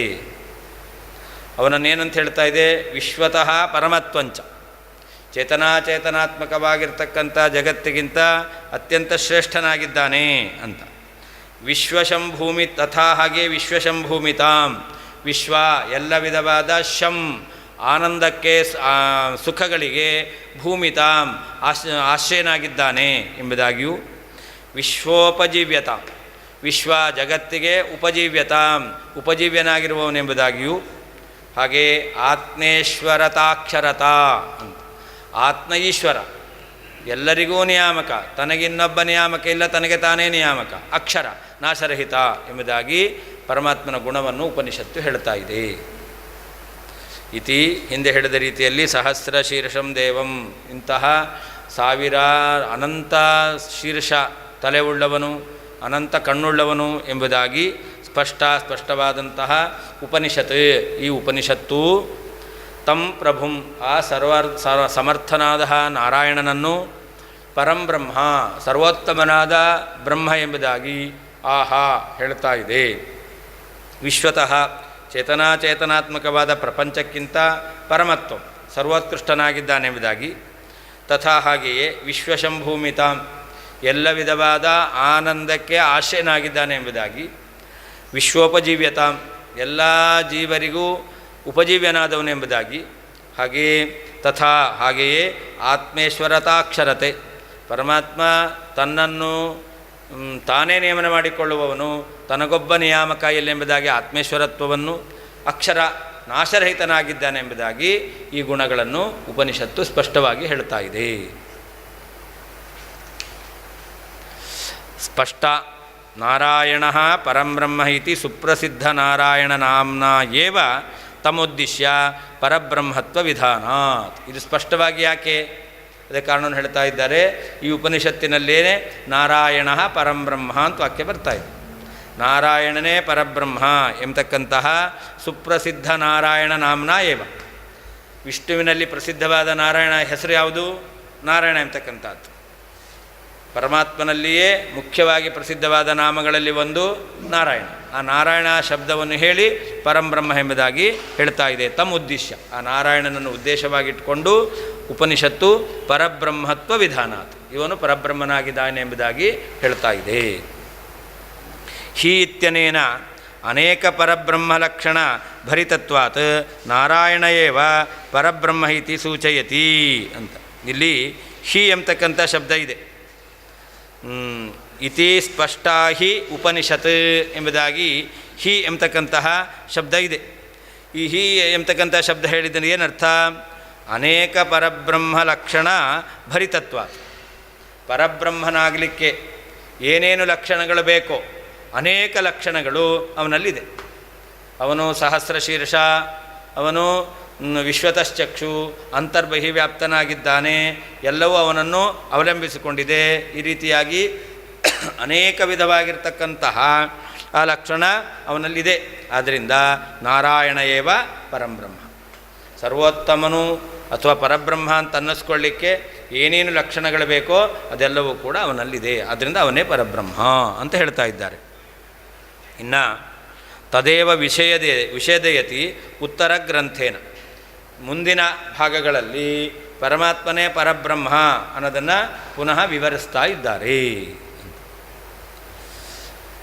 ಶಾಶ್ವತತ್ವಾಚ್ಯುತತ್ವೇ ಚ ಮಹಾಜ್ಞೇಯತ್ವಮೇವ ಚ ಅಂತರ್ಬಹಿಶ್ಚ ವಿಶ್ವಸ್ಯ ವ್ಯಾಪ್ತತ್ವಂಚಾಪ್ಯನಂತತಾಂ. ಭಗವಂತನಲ್ಲಿ ಇನ್ನೂ ಏನೇನು ಗುಣವನ್ನು ಹೇಳ್ತಾ ಇದೆ ಈ ನಾರಾಯಣ ಉಪನಿಷತ್ತು? ಶಾಶ್ವತತ್ವ ಅಚ್ಯುತತ್ವೇ ಅಂತ. ಅಲ್ಲಿ ಶಾಶ್ವತಂ ಅಂತ ಹೇಳಿದ್ರು. ಪತಿಂ ವಿಶ್ವಸ್ಯಾತ್ಮೇಶ್ವರಂ ಶಾಶ್ವತಂ ಶಿವಮಚ್ಯುತಂ ಅಂತ ಭಗವಂತನಿಗೆ ಶಾಶ್ವತತ್ವವನ್ನು ಹೇಳಿದ್ದಾರೆ. ಆಮೇಲೆ ಅಚ್ಯುತಂ ಅಂತ, ಶಿವಮಚ್ಯುತಂ ಅಂತ, ಅವನಲ್ಲಿ ಯಾವ ವಿಧವಾದ ಚ್ಯುತಿಯೂ ಇಲ್ಲ ಅಂತ. ಚ್ಯುತಿ ಅಂದರೆ ನಾಶ. ನಾಶ ಬೆಳಿಗ್ಗೆ ಹೇಳಿದಾಗೆ 4 ವಿಧವಾದ ನಾಶ. 4 ವಿಧವಾದ ನಾಶವೂ ಕೂಡ ಪರಮಾತ್ಮನಿಗಿಲ್ಲ. ಅಷ್ಟೇ ಅಲ್ಲ, ಮಹಾಜ್ಞೇಯ, ಮುಖ್ಯವಾಗಿ ತಿಳ್ಕೊಳ್ಳೇಬೇಕಾದ ವಸ್ತು ಅಂದರೆ ಯಾರು? ಪರಮಾತ್ಮ. ಉಳಿದಿದ್ದನ್ನು ತಿಳ್ಕೊಳ್ತೀರೋ ಬಿಡ್ತೀರೋ, ಆದರೆ ಪರಮಾತ್ಮನಂತೂ ತಿಳ್ಕೊಳ್ಳೇಬೇಕು. ಅದರಿಂದ ಮುಖ್ಯವಾಗಿ ಜ್ಞೇಯನಾದವನು ಪರಮಾತ್ಮ. ಇದು ಭಗವಂತನ ಗುಣ. ಅಷ್ಟೇ ಅಲ್ಲ, ವಿಶ್ವಸ್ಯ ಅಂತರ್ಬಹಿಶ್ಚ ವ್ಯಾಪ್ತತ್ವಂ, ಈ ಜಗತ್ತಿನಲ್ಲಿ ಒಳಗೂ ಹೊರಗೂ ವ್ಯಾಪ್ತನಾಗಿದ್ದಾನೆ ಎಂಬತಕ್ಕಂಥದ್ದನ್ನು ಹೇಳ್ತಾ ಇದೆ. ಅಷ್ಟೇ ಅಲ್ಲ, ಅನಂತತಾಂ ಅಂತ, ಪರಮಾತ್ಮ ಅವನಿಗೆ ಕೊನೆ ಎಂಬತಕ್ಕಂಥದ್ದಿಲ್ಲ, ಯಾವ ರೀತಿಯ ನಾಶವೂ ಕೂಡ ಅವನಿಗಿಲ್ಲ ಎಂಬುದೇ. 4 ವಿಧವಾದ ನಾಶ ಅದು ಭಗವಂತನಿಗಿಲ್ಲ. ಶಾಶ್ವತತ್ವ ಅಚ್ಯುತತ್ವೇ, ಯಾವಾಗಲೂ ಇದ್ದಾನೆ ಎಂಬತಕ್ಕಂತಹ ಸರ್ವದಾ ಏಕಪ್ರಕಾರೇಣ ಅಸ್ತಿತ್ವ. ಅಚ್ಯುತತ್ವೇ, ಯಾವ ವಿಧವಾದ ಕೊರತೆಯೂ ಅವನಲ್ಲಿಲ್ಲ ಎಂಬತಕ್ಕಂಥದ್ದು. ಮಹಾಜ್ಞೇಯತ್ವಂ ಏವಚ, ಪರಮಾತ್ಮ ಮುಖ್ಯವಾಗಿ ತಿಳ್ಕೊಳ್ಳೇಬೇಕಾದಂಥ ವಿಷಯನಾಗಿದ್ದಾನೆ ಎಂಬುದಾಗಿಯೂ. ವಿಶ್ವಸ್ಯ, ಜಗತ್ತಿನ, ಅಂತಹ ಒಳಗೆ, ಬಹಿಶ್ಚ ಹೊರಗೂ ಕೂಡ, ವ್ಯಾಪ್ತತ್ವಂ ವ್ಯಾಪ್ತನಾಗಿದ್ದಾನೆ ಎಂಬತಕ್ಕಂಥದ್ದನ್ನು. ಅನಂತತಾಂಚ ಅಪಿ, ಅವನಿಗೆ ಕೊನೆ ಇಲ್ಲ, ನಾಶ ಇಲ್ಲ ಎಂಬತಕ್ಕಂಥದ್ದನ್ನು ಕೂಡ ಉಪನಿಷತ್ತು ಹೇಳ್ತಾ ಇದೆ. ಶಾಶ್ವತತ್ವ ಅಚ್ಯುತತ್ವೇ, ಭಗವಂತ ಯಾವಾಗಲೂ ಒಂದೇ ರೀತಿಯಲ್ಲಿದ್ದಾನೆ ಎಂಬತಕ್ಕಂತಹ ಅಸ್ತಿತ್ವವನ್ನು, ಅವನಿಗೆ ಕೊರತೆ ಇಲ್ಲ, ಯಾವ ಕಾಲದಲ್ಲಿಯೂ ಯಾವ ಗುಣದಿಂದಲೂ ಸದ್ಗುಣದಿಂದಲೂ ಕೊರತೆ ಇಲ್ಲ ಎಂಬತಕ್ಕಂಥದ್ದನ್ನು. ಮಹಾಜ್ಞೇಯತ್ವಮೇವಚ, ಶಾಸ್ತ್ರದಿಂದ ಮುಖ್ಯವಾಗಿ ತಿಳ್ಕೊಳ್ಳೇಬೇಕಾದವನು ಎಂಬುದಾಗಿಯೂ. ವಿಶ್ವಸ್ಯ, ಜಗತ್ತಿನ, ಅಂತಹ ಒಳಗೂ, ಬಹಿಶ್ಚ ಹೊರಗೂ ಕೂಡ, ವ್ಯಾಪ್ತತ್ವಂ ವ್ಯಾಪ್ತಿಯನ್ನು, ಅನಂತತಾಂಚ ನಾಶರಾಹಿತ್ಯವನ್ನು ಕೂಡ ಸ್ಪಷ್ಟವಾಗಿ ಉಪನಿಷತ್ತು ಹೇಳ್ತಾ ಇದೆ. ವಿಶ್ವತಃ ಪರಮತ್ವಂ ಚ ಇತ್ಯನೇನ ವಿಶ್ವತಃ ಪರಮಾಂ ಇತಿ ಶ್ರುತ್ಯುಕ್ತ ಪೂರ್ಣಾನಂದಭೂಮಿತಾಂ ವಿಶ್ವ ಉಪಜೀವ್ಯತಾಂ ತದ್ವಿಶ್ವಮುಪಜೀವತಿ ಇತ್ಯುಕ್ತ ವಿಶ್ವ ಉಪಜೀವ್ಯತಾಂ ಏವಂ ಉತ್ತರತ್ರಾಪಿ ದ್ರಷ್ಟವ್ಯಂ ಅಂತ. ಈ ವಾಕ್ಯದಲ್ಲಿ ರಾಜರು ಏನು ತೋರಿಸ್ತಾ ಇದ್ದಾರೋ ಅದು ಶ್ರುತಿಯಲ್ಲಿ ಬಂದದ್ದು ಅಂತ ಹೇಳ್ತಾ ಇದ್ದಾರೆ. ವಿಶ್ವತಃ ಪರಮತ್ವಂ ಅಂತ ಹೇಳಿದ್ರಲ್ಲಿ ಹಿಂದಿನ ವಾಕ್ಯದಲ್ಲಿ ವಿಶ್ವತಃ ಪರಮತ್ವಂ ಅಂತ. ಅಲ್ಲೇನು ಬಂದಿದೆ? ಉಪನಿಷತ್ತಿನಲ್ಲಿ ವಿಶ್ವತಃ ಪರಮಾಂ ಅಂತ ಬಂದಿದೆ, ಅದನ್ನೇ ಪರಮತ್ವ ಅಂತ ಹೇಳಿದ್ದಾರೆ. ಆಮೇಲೆ ಪೂರ್ಣಾನಂದ ಭೂಮಿತಾಂ ಅಂತ, ಪರಮಾತ್ಮ ಅವನು ವಿಶ್ವಶಂಭೂಮಿತಾಂ ಅಂತ ಹೇಳಿದ್ರು. ವಿಶ್ವಶಂಭುವಂ ಅಂತ ಶಬ್ದದಿಂದ ವಿಶ್ವಶಂಭೂಮಿತ ಎಂಬತಕ್ಕಂಥದ್ದನ್ನು ಹೇಳಿದ್ದಾರೆ ಅಂತ. ಹಾಗೆ ವಿಶ್ವೋಪಜೀವ್ಯತಾಂ ಅಂತ, ಎಲ್ಲದಕ್ಕೂ ಪರಮಾತ್ಮ ಉಪಜೀವ್ಯ ಅಂತ, ಅದನ್ನು ತದ್ವಿಶ್ವಮುಪಜೀವತಿ ಎಂಬತಕ್ಕಂತಹ ಉಪನಿಷತ್ತಿನ ವಾಕ್ಯ ಹೇಳ್ತಾ ಇದೆ. ಇತಿ ಉಕ್ತ ವಿಶ್ವ ಉಪಜೀವ್ಯತಾಂ ಅಂತ. ಹೀಗೆ ಶ್ರುತಿಯಲ್ಲಿ ಹೇಳಿರ್ತಕ್ಕಂತಹ ಭಗವಂತನಲ್ಲಿರುವ ಗುಣಗಳು ಅಂತ. ಏವಂ ಉತ್ತರತ್ರಾಪಿ ದ್ರಷ್ಟವ್ಯಂ. ಹಾಗೆ ಮುಂದೆ ಕೂಡ ಗುಣಗಳನ್ನು ಹೇಳ್ತಾರೆ. ಆ ಗುಣವನ್ನು ಹೇಳ್ತಕ್ಕಂಥ ಶ್ರುತಿವಾಕ್ಯವನ್ನು ನೀವು ಯಾವುದು ಅಂತ ತಿಳ್ಕೊಳ್ಬೇಕು. ಬ್ರಹ್ಮಧರ್ಮಾನಿಮಾನ್ ಸರ್ವಾನ್ ಯಸ್ಮಿನ್ನಾರಾಯಣೇ ಶ್ರುತಿ ಸಹಸ್ರಶೀರ್ಷ್ಣಿ ಪುರುಷೇ ತನ್ನಾಮ್ನೈವ ಪುನಃ ಪುನಃ ಆಮ್ನಾತೆ ಸಂಕಲಯ್ಯಾಹ ಮಹಾತಾತ್ಪರ್ಯಪೂರ್ವಕಂ ಸಯೇವ ಹಿ ಪರಂ ಬ್ರಹ್ಮ ಬ್ರಹ್ಮಲಕ್ಷಣವೇದಿನಾಂ. ಇದೆಲ್ಲವೂ ಭಗವಂತನ ಗುಣ, ಬ್ರಹ್ಮಧರ್ಮಾನ್ ಅಂತ. ಪರಬ್ರಹ್ಮನ ಗುಣಗಳು, ಅವನಲ್ಲಿರ್ತಕ್ಕಂಥ ಧರ್ಮಗಳು. ವಿಶ್ವತಃ ಪರಮತ್ವ, ನಿತ್ಯತ್ವ, ಶಾಶ್ವತತ್ವ, ಚ್ಯುತಿರಹಿತತ್ವ, ಜೀವ್ಯತ್ವ, ವಿಶ್ವಶಂಭೂಮಿತ್ವ, ಅಂತಹ ವೈಹಿ ವ್ಯಾಪ್ತಿ, ಆತ್ಮೇಶ್ವರತ್ವ, ಇದೆಲ್ಲವೂ ಕೂಡಿದೆಲ್ಲ ಇದು ಧರ್ಮಗಳು. ಇದು ಯಾರ ಧರ್ಮ? ಇದು ಬ್ರಹ್ಮಧರ್ಮಾನ್, ಪರಬ್ರಹ್ಮನಲ್ಲಿರ್ತಕ್ಕಂಥ ಧರ್ಮ. ಇದು ಯಾರಲ್ಲಿದೆ ಅಂತ ಹೇಳ್ತಾ ಇದೆ? ಯಸ್ಮಿನ್ ನಾರಾಯಣೇ ಅಂತ. ನಾರಾಯಣ ಪರೋ ಜ್ಯೋತಿ, ನಾರಾಯಣ ಪರಂ ಬ್ರಹ್ಮ, ನಾರಾಯಣ ಪರೋ ತತ್ವಂ ಪರಃ ಎಂಬುದಾಗಿ ಹೀಗೆ ನಾರಾಯಣ ಶಬ್ದವನ್ನು ಹೇಳಿ ಶ್ರುತಿ ಎಂಬತಕ್ಕಂಥದ್ದು ನಾರಾಯಣನಲ್ಲಿ ಎಲ್ಲ ಗುಣಗಳನ್ನು ಹೇಳ್ತಾ ಇದೆ. ಅದನ್ನು ಹೇಳ್ತಾರೆ. ಎಂಥ ನಾರಾಯಣ ಹೌದು? ಏನು ಸಹಸ್ರ ಶೀರ್ಷ್ಣಿ ಪುರುಷೇ ಅಂತ. ಯಾವ ಪುರುಷ ಸೂಕ್ತ ಪ್ರತಿಪಾದ್ಯನಾದ ಪುರುಷ ಶಬ್ದವಾಚ್ಯನಾದ ನಾರಾಯಣ ಇದ್ದಾನೆ, ಅವನಲ್ಲಿ ಏನೇ ಈ ಎಲ್ಲ ಗುಣಗಳನ್ನು ಹೇಳ್ತಾ ಇದೆ. ಅಷ್ಟೇ ಅಲ್ಲ, ಪುನಃ ಪುನಃ ತನ್ನಾಮ್ನೇವ ನಾರಾಯಣ ಶಬ್ದವನ್ನು ಪುನಃ ಪುನಃ ಉಚ್ಚಾರಣೆ ಮಾಡ್ತಾ ನಾರಾಯಣ ಪರೋ ಜ್ಯೋತಿ, ಆತ್ಮ ನಾರಾಯಣ ಪರಃ, ಆತ್ಮ ನಾರಾಯಣ ಪರಂ ಬ್ರಹ್ಮ, ತತ್ವಂ ನಾರಾಯಣ ಪರಃ. ಎಷ್ಟು ಬಾರಿ ನಾರಾಯಣ ಅಂತ ಬಂತು. ಹೀಗೆ ನಾರಾಯಣ ನಾರಾಯಣ ಅಂತ ಹೇಳುವ ಮೂಲಕ ನಾರಾಯಣನೇ ಈ ಗುಣವಿಶಿಷ್ಟನಾದವನು ಎಂಬುದಾಗಿ ಹೇಳ್ತಾ ಇದೆ ಅಂತ. ಅಷ್ಟೇ ಅಲ್ಲ, ತನ್ನಾಮ್ನೈವ ಅಂತ ಆ ನಾರಾಯಣ ಎಂಬತಕ್ಕಂಥ ಶಬ್ದದಿಂದಲೇ ಪರಮಾತ್ಮ ಏನಾಗಿದ್ದಾನೆ? ಆಮ್ನಾಥ, ಕರೆಯಲ್ಪಡ್ತಾ ಇದ್ದಾನೆ. ದೇವರು ಅಂದ್ರೆ ಏನು ಹೇಳ್ತೇವೆ? ನಾರಾಯಣ ಅಂತ ಹೇಳ್ತೇವೆ. ಹೀಗೆ ನಾರಾಯಣ ಶಬ್ದದಿಂದ ವ್ಯವಹಾರದಲ್ಲಿ ವಿಷಯನಾಗಿರ್ತಕ್ಕಂಥವನು ಪರಮಾತ್ಮ. ಅಂಥವನನ್ನು ಮಹಾ ತಾತ್ಪರ್ಯಪೂರ್ವಕಂ, ಮುಖ್ಯವಾದ ತಾತ್ಪರ್ಯ, ವೇದಗಳಿಗೆ ಯಾರನ್ನು ತಿಳಿಸ್ಕೊಡೋದ್ರಲ್ಲಿ ಮುಖ್ಯಾಭಿಪ್ರಾಯ ಇದೆ? ಯಾವುದೋ ದೇವತೆಗಳನ್ನು ಅಥವಾ ಯಾವುದೋ ಕರ್ಮವನ್ನು ತಿಳಿಸುವಂಥ ಉದ್ದೇಶದ ವೇದಗಳಿಗಿಲ್ಲ. ಮುಖ್ಯ ಉದ್ದೇಶ ಇಲ್ಲ, ತಿಳಿಸುತ್ತೆ. ಮುಖ್ಯ ಉದ್ದೇಶ ಏನು? ಪರಮಾತ್ಮನನ್ನೇ ಮುಖ್ಯತೆಯ ತಿಳಿಸ್ತಕ್ಕಂಥದ್ದು. ಅದರಿಂದ ಮಹಾ ತಾತ್ಪರ್ಯಪೂರ್ವಕ, ಮುಖ್ಯ ತಾತ್ಪರ್ಯದಿಂದ ಅದು ಭಗವಂತನನ್ನು ತಿಳಿಸ್ತಾ ಇದೆ. ಅದರಿಂದ ಸಯೇವ ನಾರಾಯಣ ಬ್ರಹ್ಮ ಲಕ್ಷಣ ವೇದಿನಾಂ ಪರಂ ಬ್ರಹ್ಮ. ಭಗವಂತನ ಲಕ್ಷಣ ಯಾವುದು ಅಂತ ಯಾರು ತಿಳಿದಿದ್ದಾರೋ ಅವರಿಗೆ ಪರಬ್ರಹ್ಮ ಯಾರು? ನಾರಾಯಣನೇ. ಮತ್ತಾರಲ್ಲ? ನಿರ್ಗುಣ ಬ್ರಹ್ಮನಲ್ಲ. ಆದ್ದರಿಂದ ಪರಬ್ರಹ್ಮ ಲಕ್ಷಣ ವೇದಿನ, ಪರಬ್ರಹ್ಮನ ಲಕ್ಷಣ ಇದು ಅಂತ ಯಾರು ತಿಳಿತಾ ಇದ್ದಾರೋ ಅಂಥವರಿಗೆ ಪರಬ್ರಹ್ಮ ನಾರಾಯಣನಾಗಬೇಕು. ಯಾರು ಪರಬ್ರಹ್ಮ ಲಕ್ಷಣ ತಿಳಿಯಲ್ವೋ ಅಂಥವ್ರಿಗೆ ಬೇಕಾದ್ರೆ ನಿರ್ಗುಣ ಬ್ರಹ್ಮ ಪರಬ್ರಹ್ಮ ಆಗ್ಬೋದು. ಅದೇ ಪರಬ್ರಹ್ಮನ ಲಕ್ಷಣ ಇದು ಅಂತ ತಿಳಿಯೋವರಿಗೆ ನಾರಾಯಣನೇ ಪರಬ್ರಹ್ಮನಾಗ್ಬೋದು. ಶ್ರುತಿ ವೇದವು ಯಾವುದು?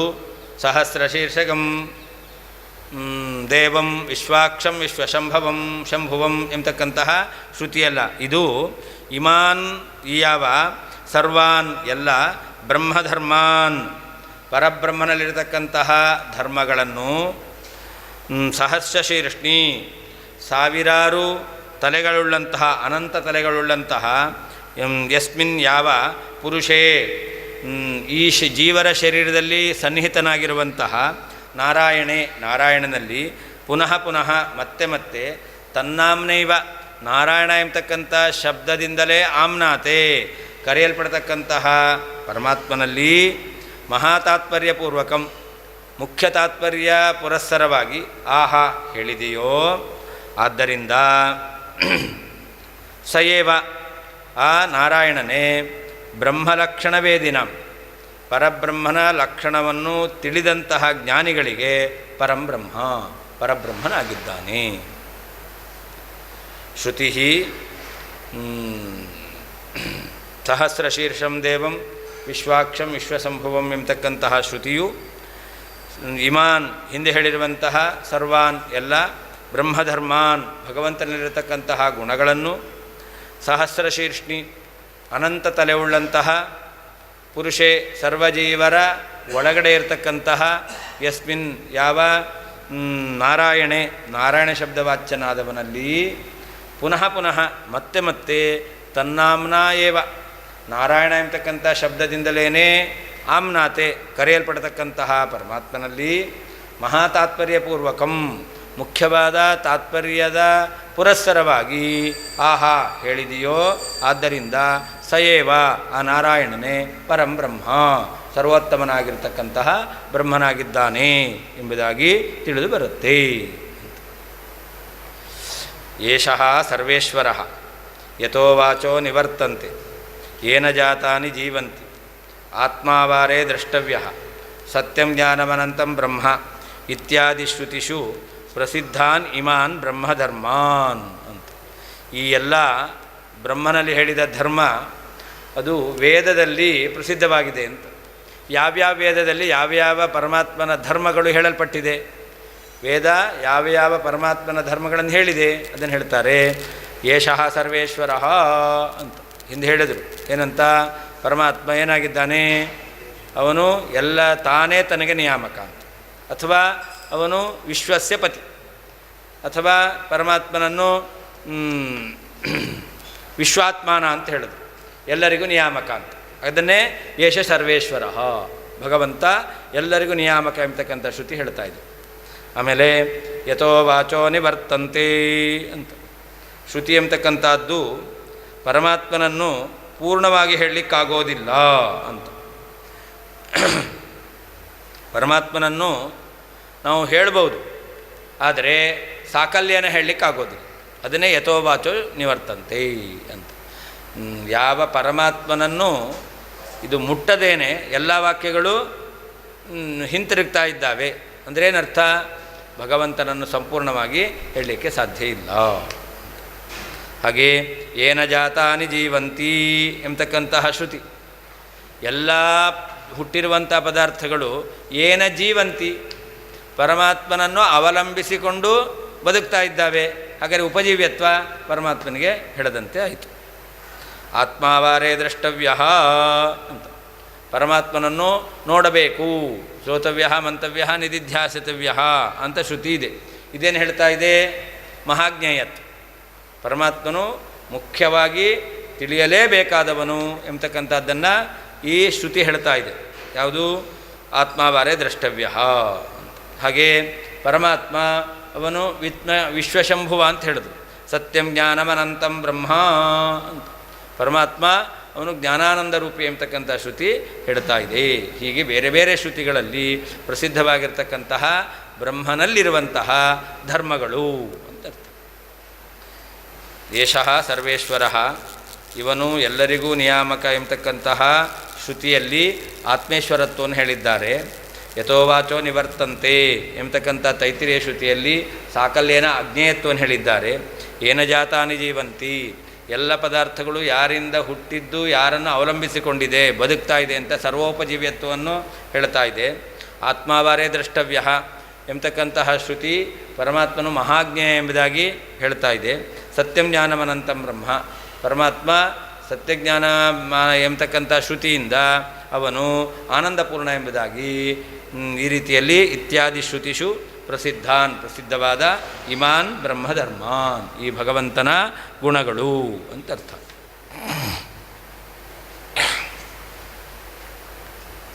ಪರಾಭಿಮತ ನಿರಾಕಾರ ಬ್ರಹ್ಮಣ ನ ಶ್ರೌತತ್ವಂ ಇತಿ ಭಾವೇನ ಉಕ್ತಂ ಸಹರ್ಷಶೀರ್ಷ್ಣಿ ಪುರುಷ ಇತಿ ಅಂತ ಅವ್ರು ಹೇಳ್ತಕ್ಕಂತಹ ನಿರಾಕಾರ ನಿರ್ಗುಣ ನಿರಾಕಾರ ಬ್ರಹ್ಮ ಅಂತ ಹೇಳ್ತಾರೆ. ನಿರಾಕಾರ ಬ್ರಹ್ಮ ಪರಬ್ರಹ್ಮ ಆಗಲ್ಲ. ಯಾಕೆ? ಶ್ರುತಿ ಏನು ಹೇಳುತ್ತೆ? ಸಹಸ್ರಶೀರ್ಷಗಂ ದೇವಂ ಸಾವಿರಾರು ಅನಂತ ತಲೆ ಉಳ್ಳವನು ಅಂತ ಹೇಳುತ್ತೆ. ನಿರ್ಗುಣನಾದನ ಅದರ ತಲೆ ಇರುತ್ತಾ? ನಿರಾಕಾರ ಅದ್ರ ತಲೆ ಇರುತ್ತಾ?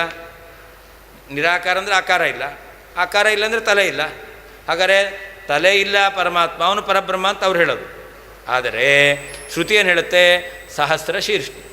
ಅದಕ್ಕೆ ಸಾವಿರ ಅನಂತ ತಲೆ ಉಳ್ಳಂತಹ ಭಗವಂತನನ್ನು ಅವನು ಪರಬ್ರಹ್ಮ ಎಂಬುದಾಗಿ ಹೇಳ್ತಾ ಇದೆ. ಆದ್ದರಿಂದ ನಿರಾಕಾರ ಬ್ರಹ್ಮ ಪರಬ್ರಹ್ಮ ಆಗಲಿಕ್ಕೆ ಸಾಧ್ಯ ಇಲ್ಲ ಅಂತ ಹೇಳದಂತೆ ಆಯಿತು. ಪರಾಭಿಮತ ನಿರಾಕಾರ ಬ್ರಹ್ಮಣ, ಅವ್ರು ಹೇಳುವಂತಹ ಆಕಾರರಹಿತನಾದಂತಹ ಬ್ರಹ್ಮ ನ ಶ್ರೌತತ್ವ, ಅವನು ಪರಬ್ರಹ್ಮ ಆಗಲಿಕ್ಕೆ ಸಾಧ್ಯ ಇಲ್ಲ. ಇತಿ ಭಾವೇನ, ಈ ಅಭಿಪ್ರಾಯದಿಂದ ಉಕ್ತಂ ಸಹಸ್ರ ಶೀರ್ಷ್ಣಿ ಪುರುಷೇ ಅಂತ. ಆಮೇಲೆ ತನ್ನಾಮ್ನೈವ ಪುನಃ ಪುನಃ ಅಂತಿದೆ, ಆ ಹೆಸರಿನಿಂದ ಅಂತ. ಆ ಹೆಸರಿಂದ ಯಾವ ಹೆಸರು? ಅದಕ್ಕೆ ಹೇಳ್ತಾರೆ ನಾರಾಯಣ ಪರಂ ಬ್ರಹ್ಮ ತತ್ವಂ ನಾರಾಯಣ ಪರಃ ನಾರಾಯಣ ಪರೋ ಜ್ಯೋತಿ ಆತ್ಮ ನಾರಾಯಣ ಪರಃ ಅಂತ. ವ್ಯಾಪ್ಯ ನಾರಾಯಣ ಸ್ಥಿತಃ ಇತ್ಯಾದವು ನಾರಾಯಣ ನಾಮ್ನ ಅಂತ. ಒಂದೊಂದು ಕಡೆಯಲ್ಲೂ ಕೂಡ ನಾರಾಯಣ ನಾರಾಯಣ ನಾರಾಯಣ ಅಂತ ಪ್ರತ್ಯೇಕವಾಗಿ ನಾರಾಯಣ ಶಬ್ದವನ್ನು ಹೇಳಿದ್ದಾರೆ. ಈ ರೀತಿಯಲ್ಲಿ ನಾರಾಯಣ ಶಬ್ದವನ್ನು ಶ್ರುತಿ ಹೇಳುವ ಮೂಲಕ ನಾರಾಯಣ ಶಬ್ದ ವಾಚ್ಯನಾದವನನ್ನು ಈ ಶ್ರುತಿಯಲ್ಲಿ ಮುಖ್ಯ ಪ್ರತಿಪಾದ್ಯ ಎಂಬುದಾಗಿ ಹೇಳಿದೆ. ಅಭ್ಯಾಸಸ್ಯ ಮಹಾತಾತ್ಪರ್ಯಲಿಂಗತ್ವಾತ್ ಇತ್ಯಾಶಯೇನ ಉಕ್ತಂ ಮಹಾತಾತ್ಪರ್ಯ ಇತಿ ಅಂತ. ಉಪಕ್ರಮ, ಉಪಸಂಹಾರ, ಅಭ್ಯಾಸ, ಅಪೂರ್ವತ ಇದೆಲ್ಲವೂ ಕೂಡ ಯಾವ ಅರ್ಥದಲ್ಲಿ ತಾತ್ಪರ್ಯ ಇದೆ, ವಕ್ತೃವಿಗೆ ಯಾವ ವಿಷಯವನ್ನು ಹೇಳುವಂಥ ಅಭಿಪ್ರಾಯ ಇದೆ, ಇದನ್ನು ತಿಳಿಸ್ಲಿಕ್ಕೆ ಅಭ್ಯಾಸ ಎಂಬತಕ್ಕಂಥದ್ದು ಕೂಡ ಒಂದು ತಾತ್ಪರ್ಯಲಿಂಗ ಅಂತ ಹೇಳಿದ್ದಾರೆ. ಅಭ್ಯಾಸ ಅಂದ್ರೇನು? ಏಕಪ್ರಕಾರ ಅಸದುಕ್ತಿ, ಒಂದೇ ರೀತಿಯಾಗಿರ್ತಕ್ಕಂಥದ್ದನ್ನು ಪುನಃ ಪುನಃ ಹೇಳೋದು. ನಾರಾಯಣ ಎಂಬತಕ್ಕಂಥದ್ದನ್ನು ಪುನಃ ಪುನಃ ಹೇಳಿದ್ದಾರೆ. ಅಂದರೆ ಒಂದೇ ಪ್ರಕಾರದಲ್ಲಿ ಅನೇಕ ಬಾರಿ ಹೇಳಿರ್ತಕ್ಕಂಥ ಅಭ್ಯಾಸ ಎಂಬತಕ್ಕಂಥದ್ದು ಇರೋದರಿಂದ ಆ ಅಭ್ಯಾಸ ಎಂಬತಕ್ಕಂಥದ್ದು ತಾತ್ಪರ್ಯವನ್ನು ನಿರ್ಣಯ ಮಾಡಲಿಕ್ಕೆ ಅದು ಸಹಕಾರಿಯಾಗಿರೋದ್ರಿಂದ ಇಲ್ಲಿ ನಾರಾಯಣ ಶಬ್ದ ಅನೇಕ ಬಾರಿ ಉಕ್ತವಾಗಿದೆ. ಆದ್ದರಿಂದ ಮಹಾ ತಾತ್ಪರ್ಯಪೂರ್ವಕಂ ಎಂಬುದಾಗಿ ರಾಜರು ಹೇಳಿದ್ದಾರೆ. ಪುನರುಕ್ತಿ ಅಲ್ಲ ಇದು. ಪುನರುಕ್ತಿ ಅಂದರೆ ವಿಶೇಷ ಏನು ಕಾರಣ ಇರಬಾರ್ದು. ಹೇಳಿದ್ದನ್ನೇ ಹೇಳೋದು, ಅಲ್ಲಿ ಏನು ವಿಶೇಷ ಕಾರಣ ಇರಲ್ಲ, ಆವಾಗ ಪುನರುಕ್ತಿ. ಇಲ್ಲಲ್ಲ, ಇಲ್ಲಿ ಬೇರೆ ಬೇರೆ ವಿಷಯವನ್ನು ಹೇಳ್ತಾ ಇದ್ದಾರೆ. ನಾರಾಯಣ ಪರಂ ಬ್ರಹ್ಮ ಅಂತ ಹೇಳಿದರು. ನಾರಾಯಣ ಪರೋ ಜ್ಯೋತಿ ಅಂದರೆ ನಾರಾಯಣನಲ್ಲಿ ಜ್ಯೋತಿತ್ವವನ್ನು ಹೇಳಬೇಕು, ನಾರಾಯಣದಲ್ಲಿ ಪರಬ್ರಹ್ಮತ್ವವನ್ನು ಹೇಳಬೇಕು, ಆತ್ಮ ನಾರಾಯಣ ಪರ ಆತ್ಮತ್ವವನ್ನು ಹೇಳಬೇಕು ಅಂತ ಬೇರೆ ಬೇರೆ ರೀತಿಯಾಗಿ ವಿಷಯವನ್ನು ಹೇಳಲಿಕ್ಕೋಸ್ಕರ ಹೇಳ್ತಾ ಇದ್ದರು. ಅದರಿಂದ ಪುನರುಕ್ತಿ ಇಲ್ಲ.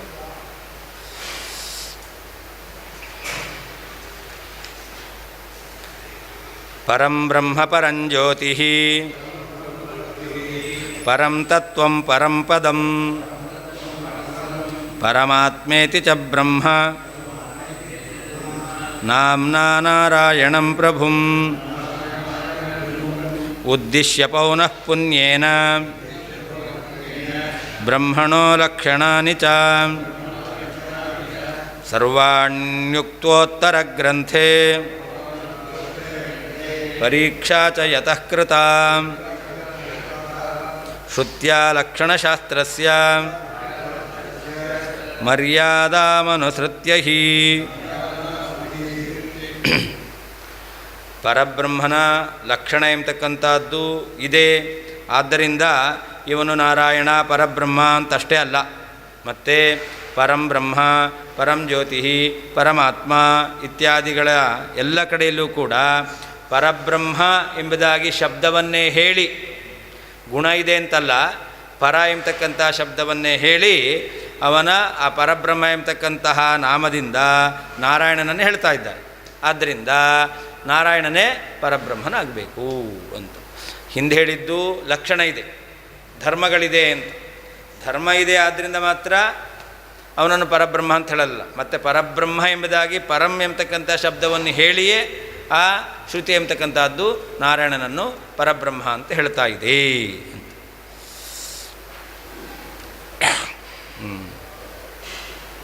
ಪರಂ ಬ್ರಹ್ಮ, ಪರಂ ಜ್ಯೋತಿ, ಪರಂ ತತ್ವಂ, ಪರಂ ಪದಂ, ಪರಮಾತ್ಮ. ಈ ರೀತಿಯಲ್ಲಿ ಪರ ಎಂಬತಕ್ಕಂಥ ಶಬ್ದವನ್ನು ಹೇಳುವ ಮೂಲಕ ಬ್ರಹ್ಮನಾಮ್ನ, ಬ್ರಹ್ಮ ಎಂಬತಕ್ಕಂತಹ ನಾಮದಿಂದಲೇ ಪೌನಃ ಪುಣ್ಯೇನ, ಪುನಃ ಪುನಃ ಯಾರ ಬಗ್ಗೆ ಹೇಳ್ತಾ ಇದೆ? ಪ್ರಭುಂ ನಾರಾಯಣಂ ಉದ್ದೇಶ, ಸರ್ವಸಮರ್ಥನಾದಂತಹ ಪರಮಾತ್ಮನನ್ನೇ ಇಲ್ಲಿ ಉದ್ದೇಶವಾಗಿಟ್ಟುಕೊಂಡು ಪರಮಾತ್ಮನ ಲಕ್ಷಣವನ್ನು ಹೇಳ್ತಾ ಇದೆ. ಆದ್ದರಿಂದಾಗಿ ಏತಾದೃಶ ಲಕ್ಷಣ ಎಂಬತಕ್ಕಂಥದ್ದು ಪರಬ್ರಹ್ಮ ಶಬ್ದವನ್ನು ಹೇಳಿರೋದ್ರಿಂದ ಅದು ಪರಮಾತ್ಮನೇ ಆಗಬೇಕು ಅಂತ. ಮುಂದೆ ಶಾಸ್ತ್ರದಲ್ಲಿ ಒಂದು ಕ್ರಮ ಇದೆ. ಏನು ಕ್ರಮ ಅಂತಂದರೆ, ಮೊದಲು ನಾಮನಿರ್ದೇಶ, ಆಮೇಲೆ ಲಕ್ಷಣ, ಆಮೇಲೆ ಪರೀಕ್ಷಾ ಅಂತ. ಇಲ್ಲಿ ಆ ಪರೀಕ್ಷಾ ಎಂಬತಕ್ಕಂಥದ್ದನ್ನು ಕೂಡ ಹೇಳ್ತಾರೆ. ಸರ್ವಾಣಿ ಉತ್ತರ ಗ್ರಂಥೆ ಪರೀಕ್ಷಾ ಚ ಯತಃಕೃತ ಅಂತ. ಮುಂದೆ ಪದ್ಮಕೋಶ ಪ್ರತೀಕಾಶಂ ಹೃದಯಂಚಾಪ್ಯಧೋಮುಖಂ ಎಂಬುದಾಗಿ ಆ ಒಂದು ಹೇಳುವ ವಾಕ್ಯ ಎಂಬತಕ್ಕಂಥದ್ದು ಬರ್ತಾ ಇದೆ. ಎಲ್ಲಿ ಅದು? ನಾರಾಯಣ ಉಪನಿಷತ್ತಿನಲ್ಲೇ ಬರ್ತಕ್ಕಂಥದ್ದು. ಈ ಹೃದಯ ಎಂಬತಕ್ಕಂಥದ್ದು ಪದ್ಮಕೋಶ ಪ್ರತೀಕಾಶಂ ಅಂತ, ಕಮಲದ ಮೊಗ್ಗಿನಂತೆ ಇದೆ ಎಂಬುದಾಗಿ ಹೇಳಿ ಅಲ್ಲಿ ಪರಮಾತ್ಮ ಇದ್ದಾನೆ ಅಂತ ಹೇಳ್ತಾರೆ. ಈ ರೀತಿಯಲ್ಲಿ ಇಲ್ಲಿ ಇರುವಂತಹವನು ಯಾರು? ಪರಬ್ರಹ್ಮ. ಅವನು ಈ ಹೃದಯಾಕಾಶದಲ್ಲಿರ್ತಕ್ಕಂಥವನು ಎಂಬುದಾಗಿ ಆ ಪರಮಾತ್ಮನಲ್ಲಿ ಏನು ಲಕ್ಷಣವನ್ನು ಹೇಳಿದ್ದಾರೆ ಅವನನ್ನು ಹೃದಯಾಕಾಶದಲ್ಲಿರುವನು ಎಂಬುದಾಗಿ ಕೂಡ ಮುಂದೆ ಹೇಳ್ತಾ ಇದ್ದಾರೆ. ಇದನ್ನು ಪರೀಕ್ಷಾ ಎಂಬುದಾಗಿ ಕರೀತಾ ಇದ್ದಾರೆ. ಅದರಿಂದಾಗಿ ಶ್ರುತ್ಯ ಲಕ್ಷಣಶಾಸ್ತ್ರಸ್ಯ ಮರ್ಯಾದಾಂ ಅನುಸೃತ್ಯ ಅಂತ. ಲಕ್ಷಣಶಾಸ್ತ್ರದ ಕೆಲವೊಂದು ನಿಯಮಗಳಿದೆ, ಒಂದು ಕ್ರಮ ಇದೆ. ಆ ಲಕ್ಷಣಶಾಸ್ತ್ರದ ಮರ್ಯಾದ ಅಂತ ಹೇಳ್ತಾರೆ. ಅದೆಲ್ಲವೂ ಕೂಡ ಲಕ್ಷಣಶಾಸ್ತ್ರದ ಕ್ರಮ ನಿಯಮ. ಅದನ್ನು ಅನುಸರಿಸಿ ಮುಂದೆ ಪದ್ಮಕೋಶ ಪ್ರತೀಕಾಶಂ ಎಂಬುದಾಗಿ ಪರೀಕ್ಷೆಯನ್ನು ಹೇಳ್ತಾ ಇದ್ದಾರೆ. ಹೀಗೆ ಪರಬ್ರಹ್ಮ ಎಂಬುದಾಗಿ ಶಬ್ದವನ್ನು ಹೇಳಿದ್ದು, ಅದನ್ನು ನಾರಾಯಣ ಅಂತ ಪುನಃ ಪುನಃ ನಾರಾಯಣ ಶಬ್ದವನ್ನು ಉಲ್ಲೇಖ ಮಾಡಿ ಹೇಳಿದ್ದಾರೆ. ಆಮೇಲೆ ಪರೀಕ್ಷೆಯನ್ನು ಕೂಡ ಮಾಡ್ತಾ ಇದ್ದಾರೆ. ಆದ್ದರಿಂದ ಪರಬ್ರಹ್ಮ ಯಾರಾಗಬೇಕು? ನಾರಾಯಣನೇ ಆಗಬೇಕು. ನಿರ್ಗುಣ ಪರಬ್ರಹ್ಮ ಅನ್ನೋದು ಸರಿಯಲ್ಲ. ಶ್ರುತ್ಯ ನಾರಾಯಣ ಉಪನಿಷತ್ತಿನಿಂದ ಪ್ರಭುಂ ಸರ್ವಸಮರ್ಥನಾದಂತಹ ನಾರಾಯಣನನ್ನು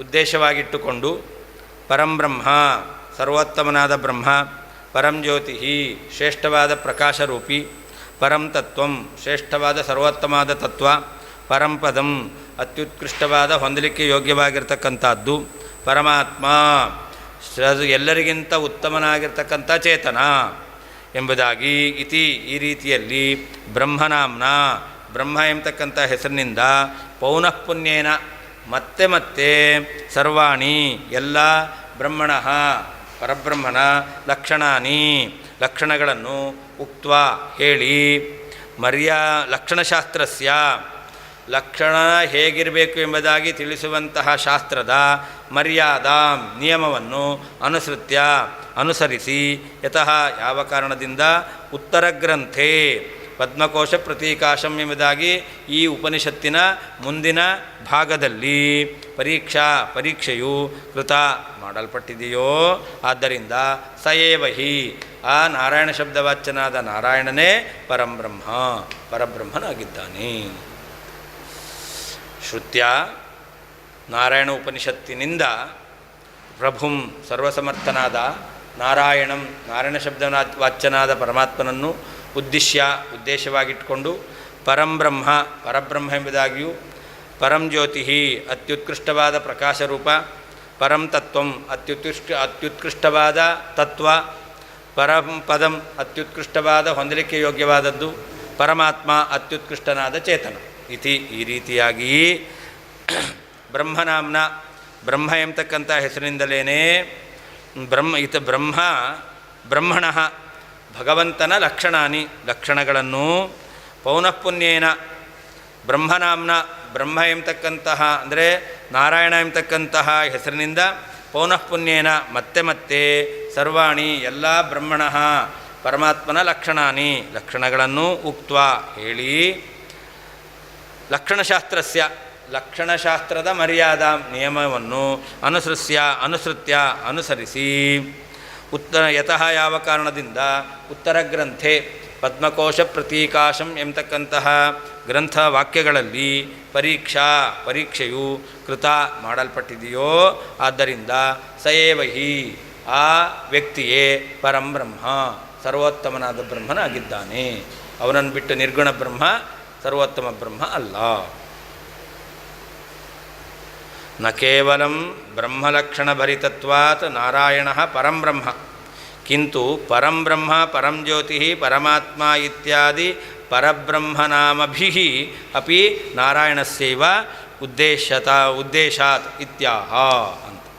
ಹಿಂದೆ ಹೇಳಿದ ಶ್ರುತಿಯಲ್ಲಿ ಹೇಳಿದಂತಹ ಲಕ್ಷಣಗಳು ನಾರಾಯಣನಲ್ಲಿದೆ ಅಂತ ಬ್ರಹ್ಮಲಕ್ಷಣ ಭರಿತತ್ವಾತ್, ಬ್ರಹ್ಮನಲ್ಲಿ ಹೇಳಿದ ಲಕ್ಷಣ ಇದೆ ಎಂಬುದಾಗಿ ನಾರಾಯಣ ಪರಂಬ್ರಹ್ಮ ನ ಕೇವಲ ನಾರಾಯಣನೇ ಪರಬ್ರಹ್ಮ ಅಂತ ಇಷ್ಟೇ ಅಲ್ಲ, ಮತ್ತೇನು ಕಿಂತು ಪರಂಬ್ರಹ್ಮ ಎಂಬುದಾಗಿ, ಪರಂಜ್ಯೋತಿ ಎಂಬುದಾಗಿ, ಪರಮಾತ್ಮ ಎಂಬುದಾಗಿ ಈ ಎಲ್ಲ ಕಡೆಯಲ್ಲೂ ಕೂಡ ಪರಬ್ರಹ್ಮನಾಮಭಿ, ಪರಬ್ರಹ್ಮ ಎಂಬತಕ್ಕಂಥ ಹೆಸರಿನಿಂದಲೇ ನಾರಾಯಣಸ್ಯೈವ, ನಾರಾಯಣನನ್ನೇ ಉದ್ದೇಶಾತ್ ಹೇಳಿರುವುದರಿಂದ ಅವನೇ ಮುಖ್ಯವಾಗಿ ಬ್ರಹ್ಮ ಎಂಬುದಾಗಿ ತಿಳಿದು ಬರುತ್ತೆ.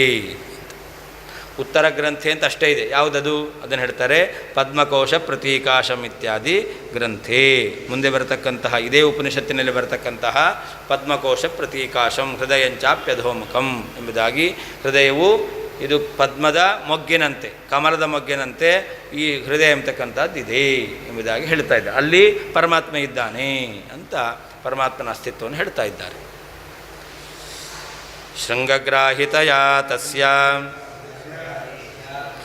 ಹೃದ್ಗುಹಾಯಾಂ ಪ್ರದರ್ಶನಾತ್ ಉಕ್ತಲಕ್ಷಣಪೂರ್ಣಸ್ಯ ಪರಮಾತ್ಮಾಭಿಧಸ್ಯ ಚ.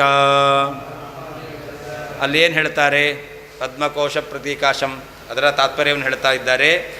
ಉಕ್ತಲಕ್ಷಣ ಪೂರ್ಣಸ್ಯ ಅಂತ ಹಿಂದೆ ಹೇಳಿರ್ತಕ್ಕಂತಹ ವಿಶ್ವಾತ್ಮ, ವಿಶ್ವ ಉಪಜೀವ್ಯ, ವಿಶ್ವಶಂಭು ಅಥವಾ ಆತ್ಮೇಶ್ವರ, ಶಾಶ್ವತ, ಅಕ್ಷರ, ವ್ಯಾಪ್ತ ಇತ್ಯಾದಿ ಲಕ್ಷಣಗಳಿಂದ ಕೂಡಿರ್ತಕ್ಕಂತಹ ಪರಮಾತ್ಮಾಭಿಧಸ್ಯ, ಪರಮಾತ್ಮ ಎಂಬುದಾಗಿ ಶಬ್ದವಾಚ್ಯನಾಗಿರ್ತಕ್ಕಂಥವ್ರು ಯಾರಿದ್ದಾನೋ ಅವನನ್ನು ಶೃಂಗಗ್ರಾಹಿತಯ, ಅಲ್ಲಿ ಕೇವಲ ಕೊಂಬನ್ನು ಹಿಡಿದು ತೋರಿಸುವ ಹಾಗೆ, ಇದು ಹಸು ಅಂತಂದರೆ ಯಾವುದು, ಇದು ಪುಸ್ತಕ ಅಂದರೆ ಇದು ಅಂತ ತೋರಿಸುವ ಹಾಗೆ ಇಲ್ಲಿಯೂ ಕೂಡ ಶೃಂಗಗ್ರಾಹಿತಯ ಅಂತ ಕೋಡನ್ನು ಹಿಡಿದು ತೋರಿಸುವಂತೆ ಹೃದ್ಗುಹಾಯಾಮ್, ಪರಮಾತ್ಮ ಎಲ್ಲಿದ್ದಾನೆ? ಪರಮಾತ್ಮ ವ್ಯವಸ್ಥಿತ ಅಂತ ಪದ್ಮಕೋಶ ಪ್ರತೀಕಾಶಂ ಹೃದಯಂಚಾಪ್ಯಧೋಮುಖಂ ಅಂಥೇಳಿ ತಸ್ಯಾ ಶಿಖಾಯ ಮಧ್ಯೆ ಪರಮಾತ್ಮ ವ್ಯವಸ್ಥಿತ ಅಂತ ಶ್ರುತಿ ಹೇಳ್ತಾ ಇದೆ. ಹೀಗೆ ಆ ನಾರಾಯಣನನ್ನೇ ಪರಮಾತ್ಮ ಎಂಬತಕ್ಕಂಥ ಶಬ್ದದಿಂದ ಹೇಳಿ ಅವನು ಹೃದಯದಲ್ಲಿ ಸನ್ನಿಹಿತನಾಗಿದ್ದಾನೆ ಎಂಬುದಾಗಿ ಶ್ರುತಿ ಹೇಳ್ತಾ ಇದೆ. ಆದ್ದರಿಂದ ಅವನೇ ಪರಬ್ರಹ್ಮನಾಗಿದ್ದಾನೆ. ಏತಾದೃಶ ಗುಣವಿಶಿಷ್ಟ ಅವನೇ ಜೀವನ ಹೃದಯದಲ್ಲಿರ್ತಕ್ಕಂಥವನು, ಅವನನ್ನೇ ಪರಮಾತ್ಮ ಎಂಬುದಾಗಿ ಕರೀತಾರೆ ಎಂಬುದಾಗಿ ಶ್ರುತಿ ಹೇಳಿರೋದ್ರಿಂದ ಸಗುಣ ಬ್ರಹ್ಮ, ಗುಣವಿಶಿಷ್ಟನಾದ ಬ್ರಹ್ಮ, ಅವನೇ ಸರ್ವೋತ್ತಮ ಬ್ರಹ್ಮ, ಪರಬ್ರಹ್ಮನಾದ ಹೊರತು ನಿರ್ಗುಣ ಬ್ರಹ್ಮ ಅಂತ ಹೇಳಲಿಕ್ಕೆ ಬರೋದಿಲ್ಲ. ಉಕ್ತಲಕ್ಷಣಯುಕ್ತ ಪೂರ್ಣಸ್ಯ, ಹಿಂದೆ ಹೇಳಿದ ಸಹಸ್ರ ಶೀರ್ಷತ್ವ, ದೇವತ್ವ, ವಿಶ್ವತಶ್ಚಕ್ಷುತ್ವ, ವಿಶ್ವ ಉಪಜೀವ್ಯತ್ವ, ಆತ್ಮೇಶ್ವರತ್ವ, ವಿಶ್ವ ನಿಯಾಮಕತ್ವ ಇತ್ಯಾದಿ ಗುಣವಿಶಿಷ್ಟನಾಗಿರತಕ್ಕಂತಹ ಪರಮಾತ್ಮಾಭಿಧಸ್ಯ, ಪರಮಾತ್ಮ ಎಂಬುದಾಗಿ ಹೆಸರುಳ್ಳಂತಹ ತಸ್ಯ ಆ ನಾರಾಯಣನ ಶೃಂಗಗ್ರಾಹಿಕಯ, ಕೊಂಬು ಹಿಡಿದು ತೋರಿಸುವ ಹಾಗೆ ಆ ರೀತಿಯಿಂದ ಹೃದ್ಗುಹಾಯಾಮ್, ಹೃದಯ ಗುಹೆಯಲ್ಲಿ ಪ್ರದರ್ಶನಾತ್ ಇದ್ದಾನೆ ಎಂಬುದಾಗಿ ಹೇಳ್ತಾ ಇರುವುದರಿಂದ ಸಯೇವ ಹಿ ಪರಂಬ್ರಹ್ಮ, ಆ ಹೃದಯ ಗುಹಾ ಸನ್ನಿಹಿತನಾದ ಪರಮಾತ್ಮನೇ ಪರಬ್ರಹ್ಮನಾಗಿದ್ದಾನೆ. ಉಕ್ತಲಕ್ಷಣಯುಕ್ತಸ್ಯ, ಹಿಂದೆ ಹೇಳಿರುವಂತಹ ವಿಶ್ವತಶ್ಚಕ್ಷುತ್ವ, ಸಹಸ್ರಶೀರ್ಷತ್ವ, ವಿಶ್ವೋಪಜೀವ್ಯತ್ವ, ವಿಶ್ವರಕ್ಷಕತ್ವ, ಆತ್ಮೇಶ್ವರತ್ವ, ಶಾಶ್ವತತ್ವ, ಅಕ್ಷರಶಬ್ದವಾಚ್ಯತ್ವ ಮೊದಲಾಗಿರ್ತಕ್ಕಂತಹ ಲಕ್ಷಣಗಳಿಂದ ಕೂಡಿದ ಪರಮಾತ್ಮಾಭಿಧಸ್ಯ, ಪರಮಾತ್ಮ ಎಂಬುದಾಗಿ ಹೆಸರುಳ್ಳಂತಹ ತಸ್ಯ ಆ ನಾರಾಯಣನ ಶೃಂಗಗ್ರಾಹಿತಯ, ಕೋಡನ್ನು ಹಿಡಿದು ತೋರಿಸುವಿಕೆಯಿಂದ ಅದನ್ನು ಪ್ರತ್ಯಕ್ಷವಾಗಿ ಹೃದ್ಗುಹಾಯಾಮ್, ಹೃದಯ ಎಂಬತಕ್ಕಂಥ ಗುಹೆಯಲ್ಲಿ ಪ್ರದರ್ಶನಾತ್ ಪರಮಾತ್ಮ ವ್ಯವಸ್ಥಿತ ಎಂಬುದಾಗಿ ಹೇಳ್ತಾ ಇರೋದರಿಂದ ಸಯೇವಹಿ, ಈ ಹೃದಯ ಗುಹಾ ಸನ್ನಿಹಿತನಾದ ಉಕ್ತ ಗುಣವಿಶಿಷ್ಟನಾದ ಪರಮಾತ್ಮನೇ ಪರಂಬ್ರಹ್ಮ, ಪರಬ್ರಹ್ಮನಾಗಿದ್ದಾನೆ. ಪರಮಾತ್ಮಾಭಿಧಸ್ಯ ಶೃಂಗಗ್ರಾಹಿತೆಯ ಪ್ರದರ್ಶನಾದಿತಿ ಪೂರ್ವೇಣ ಅನ್ವಯ ಅಂತ. ಆ ಪರಮಾತ್ಮ ಎಂಬುದಾಗಿ ಹೆಸರುಳ್ಳಂತಹ ಪರಮಾತ್ಮನನ್ನು ಶೃಂಗಗ್ರಾಹಿತೆಯ ಪ್ರದರ್ಶನಾತ್ ಪ್ರತ್ಯಕ್ಷವಾಗಿ ತೋರಿಸಿರೋದ್ರಿಂದ ಹಿಂದಿನ ವಾಕ್ಯಕ್ಕೆ ಅನ್ವಯ ಮಾಡಬೇಕು. ಸಯೇವ ಹಿ ಪರಂಬ್ರಹ್ಮ, ಅವನೇ ಸರ್ವೋತ್ತಮನಾಗಿರ್ತಕ್ಕಂಥ ಭಗವಂತ ಎಂಬುದಾಗಿ ಅರ್ಥ. ರಾಜಾ ರಾಜಸು ಮುಖ್ಯೋ ಹಿ ಮಹಾರಾಜ ಇತೀರ್ಯತೆ ಆತ್ಮಾನ್ಯಾತ್ಮಸು ಮುಖ್ಯಶ್ಚ ಪರಮಾತ್ಮ ತಥಾ ಪ್ರಭು. ಪರಮಾತ್ಮ ಅಂದ್ರೇನು? ಪರಮಾತ್ಮ ವ್ಯವಸ್ಥಿತ ಅಂತಿದೆ. ಪರಮಾತ್ಮ ಅಂದ್ರೇನು ಅಂತಂದರೆ ಮುಖ್ಯನಾದ ಆತ್ಮ ಅಂತ ಅರ್ಥ.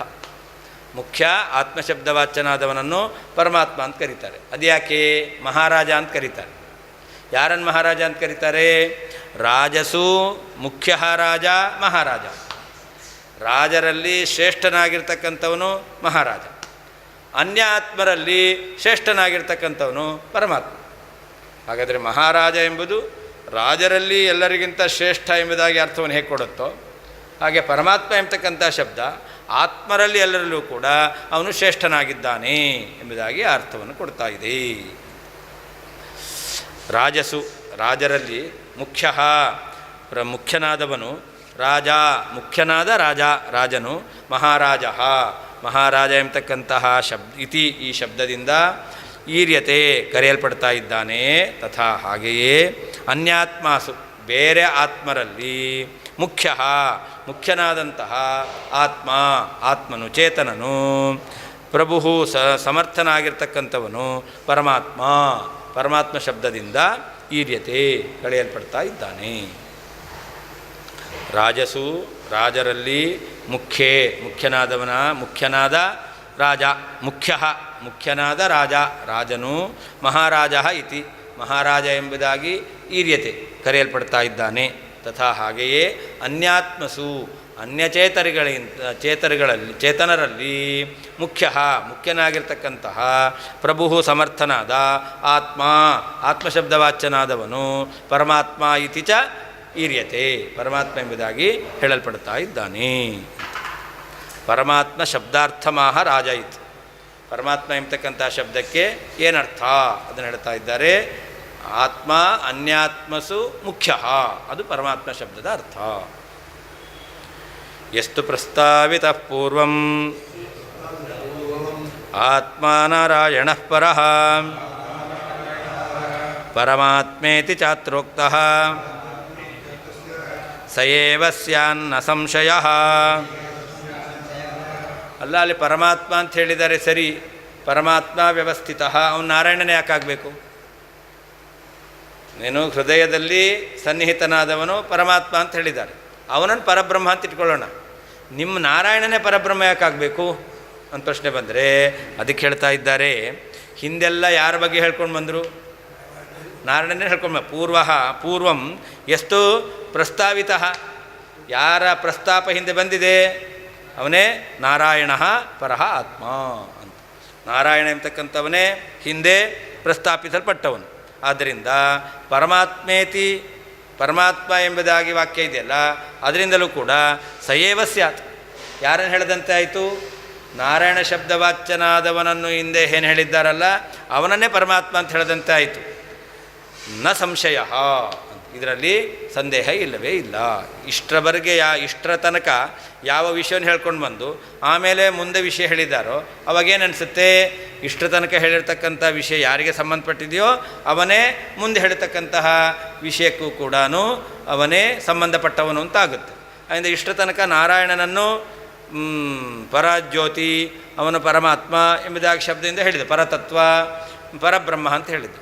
ಅವನೇ ಹೃದಯ ಗುಹೆಯಲ್ಲಿರ್ತಕ್ಕಂಥ ಪರಮಾತ್ಮ ಅಂತ ಹೇಳಿದ್ರೆ ಆ ನಾರಾಯಣನನ್ನೇ ಹೃದಯ ಗುಹೆಯಲ್ಲಿರ್ತಕ್ಕಂತಹ ಮುಖ್ಯಾತ್ಮ ಅಂತ ಹೇಳದಂತೆ ಆಯ್ತಷ್ಟೇ ಹೊರತು ಬೇರೆಯವರ ಬಗ್ಗೆ ಹೇಳ್ತಾರೆ ಅಂತ ಸಾಧ್ಯವೇ ಇಲ್ಲ. ಎಷ್ಟು ಯಾವ ಪೂರ್ವಂ ಅಂದರೆ ಹಿಂದಿನ ವಾಕ್ಯಗಳಲ್ಲಿ ಲಕ್ಷಣಗಳನ್ನು ಹೇಳುವಂತಹ ಸಂದರ್ಭದಲ್ಲಿ ನಾರಾಯಣನು ಪರಹ ಆತ್ಮ, ಶ್ರೇಷ್ಠನಾದಂತಹ ಆತ್ಮ ಎಂಬುದಾಗಿ ಪ್ರಸ್ತಾಪಿಸಲ್ಪಟ್ಟಿದ್ದಾನೋ ಅತ್ರ ಈ ಪರೀಕ್ಷಾ ಗ್ರಂಥದಲ್ಲಿಯೂ ಕೂಡ ಪರಮಾತ್ಮ ಇತಿ ಚ ಪರಮಾತ್ಮ ಎಂಬತಕ್ಕಂಥ ಶಬ್ದದಿಂದ ಸಯೇವ ಸ್ಯಾತ್, ಆ ಪೂರ್ವಾಕ್ತ ಲಕ್ಷಣವುಳ್ಳಂಥ ನಾರಾಯಣ ಶಬ್ದವಾಚ್ಯನಾದವನೇ ಉಕ್ತಃ ಸ್ಯಾತ್ ಹೇಳದಂತೆ ಆಗ್ತಾ ಇದೆ. ನ ಸಂಶಯ, ಸಂದೇಹವೇ ಇಲ್ಲ. ಎಷ್ಟು ಯಾರು ಪೂರ್ವಂ ಹಿಂದೆ ಲಕ್ಷಣವನ್ನು ಹೇಳ್ತಕ್ಕಂತಹ ವಾಕ್ಯಗಳಲ್ಲಿ ನಾರಾಯಣ ನಾರಾಯಣನು ಪರಃ ಆತ್ಮ ಪರಮಾತ್ಮ ಎಂಬುದಾಗಿ ಪ್ರಸ್ತಾವಿತ ಪ್ರಸ್ತುತನಾಗಿದ್ದಾನೋ ಪ್ರಸ್ತಾಪಿಸಲ್ಪಟ್ಟಿದ್ದಾನೋ ಅತ್ರ ಈ ಪರೀಕ್ಷಾ ಗ್ರಂಥದಲ್ಲಿಯೂ ಕೂಡ ಪರಮಾತ್ಮ ಇತಿ ಚ ಪರಮಾತ್ಮ ವ್ಯವಸ್ಥಿತ ಎಂಬಲ್ಲಿರ್ತಕ್ಕಂಥ ಪರಮಾತ್ಮ ಶಬ್ದದಿಂದಲೂ ಕೂಡ ಸಹ ಏವ ಹಿಂದೆ ಉಕ್ತನಾಗಿರ್ತಕ್ಕಂತಹ ನಾರಾಯಣ ಶಬ್ದವಾಚ್ಯನಾದವನೇ ಉಕ್ತಃ ಸ್ಯಾತ್ ಹೇಳಲ್ಪಟ್ಟಂತೆ ಆಯಿತು. ನ ಸಂಶಯ ಸಂದೇಹವೇ ಇಲ್ಲ.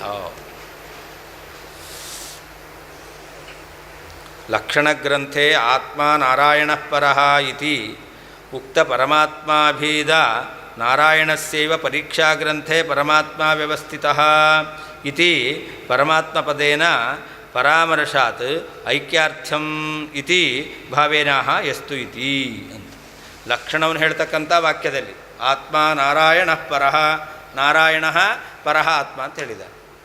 ಆಮೇಲೆ ಪರೀಕ್ಷಾ ಗ್ರಂಥದಲ್ಲಿ ಪರಮಾತ್ಮ ವ್ಯವಸ್ಥಿತ ಅಂತಿದೆ. ಹಾಗಾದರೆ ಲಕ್ಷಣ ಹೇಳಬೇಕಾದರೂ ಕೂಡ ನಾರಾಯಣ ಪರಃ ಆತ್ಮ ಅಂತ ಬಂದಿದೆ, ಪರಮಾತ್ಮ ಅಂತ ಬಂದಿದೆ. ಮುಂದೆ ಕೂಡ ಪರೀಕ್ಷಾ ಗ್ರಂಥದಲ್ಲಿ ಕೂಡ ಪರಮಾತ್ಮ ಎಂಬತಕ್ಕಂಥದ್ದು ಬಂದಿದೆ. ಆದ್ದರಿಂದ ಹಿಂದೆ ಪ್ರಸ್ತುತನಾದ ಆ ನಾರಾಯಣನೇ ಈಗ ಪರಮಾತ್ಮ ಶಬ್ದದಿಂದ ವಾಚ್ಯನಾಗಿದ್ದಾನೆ.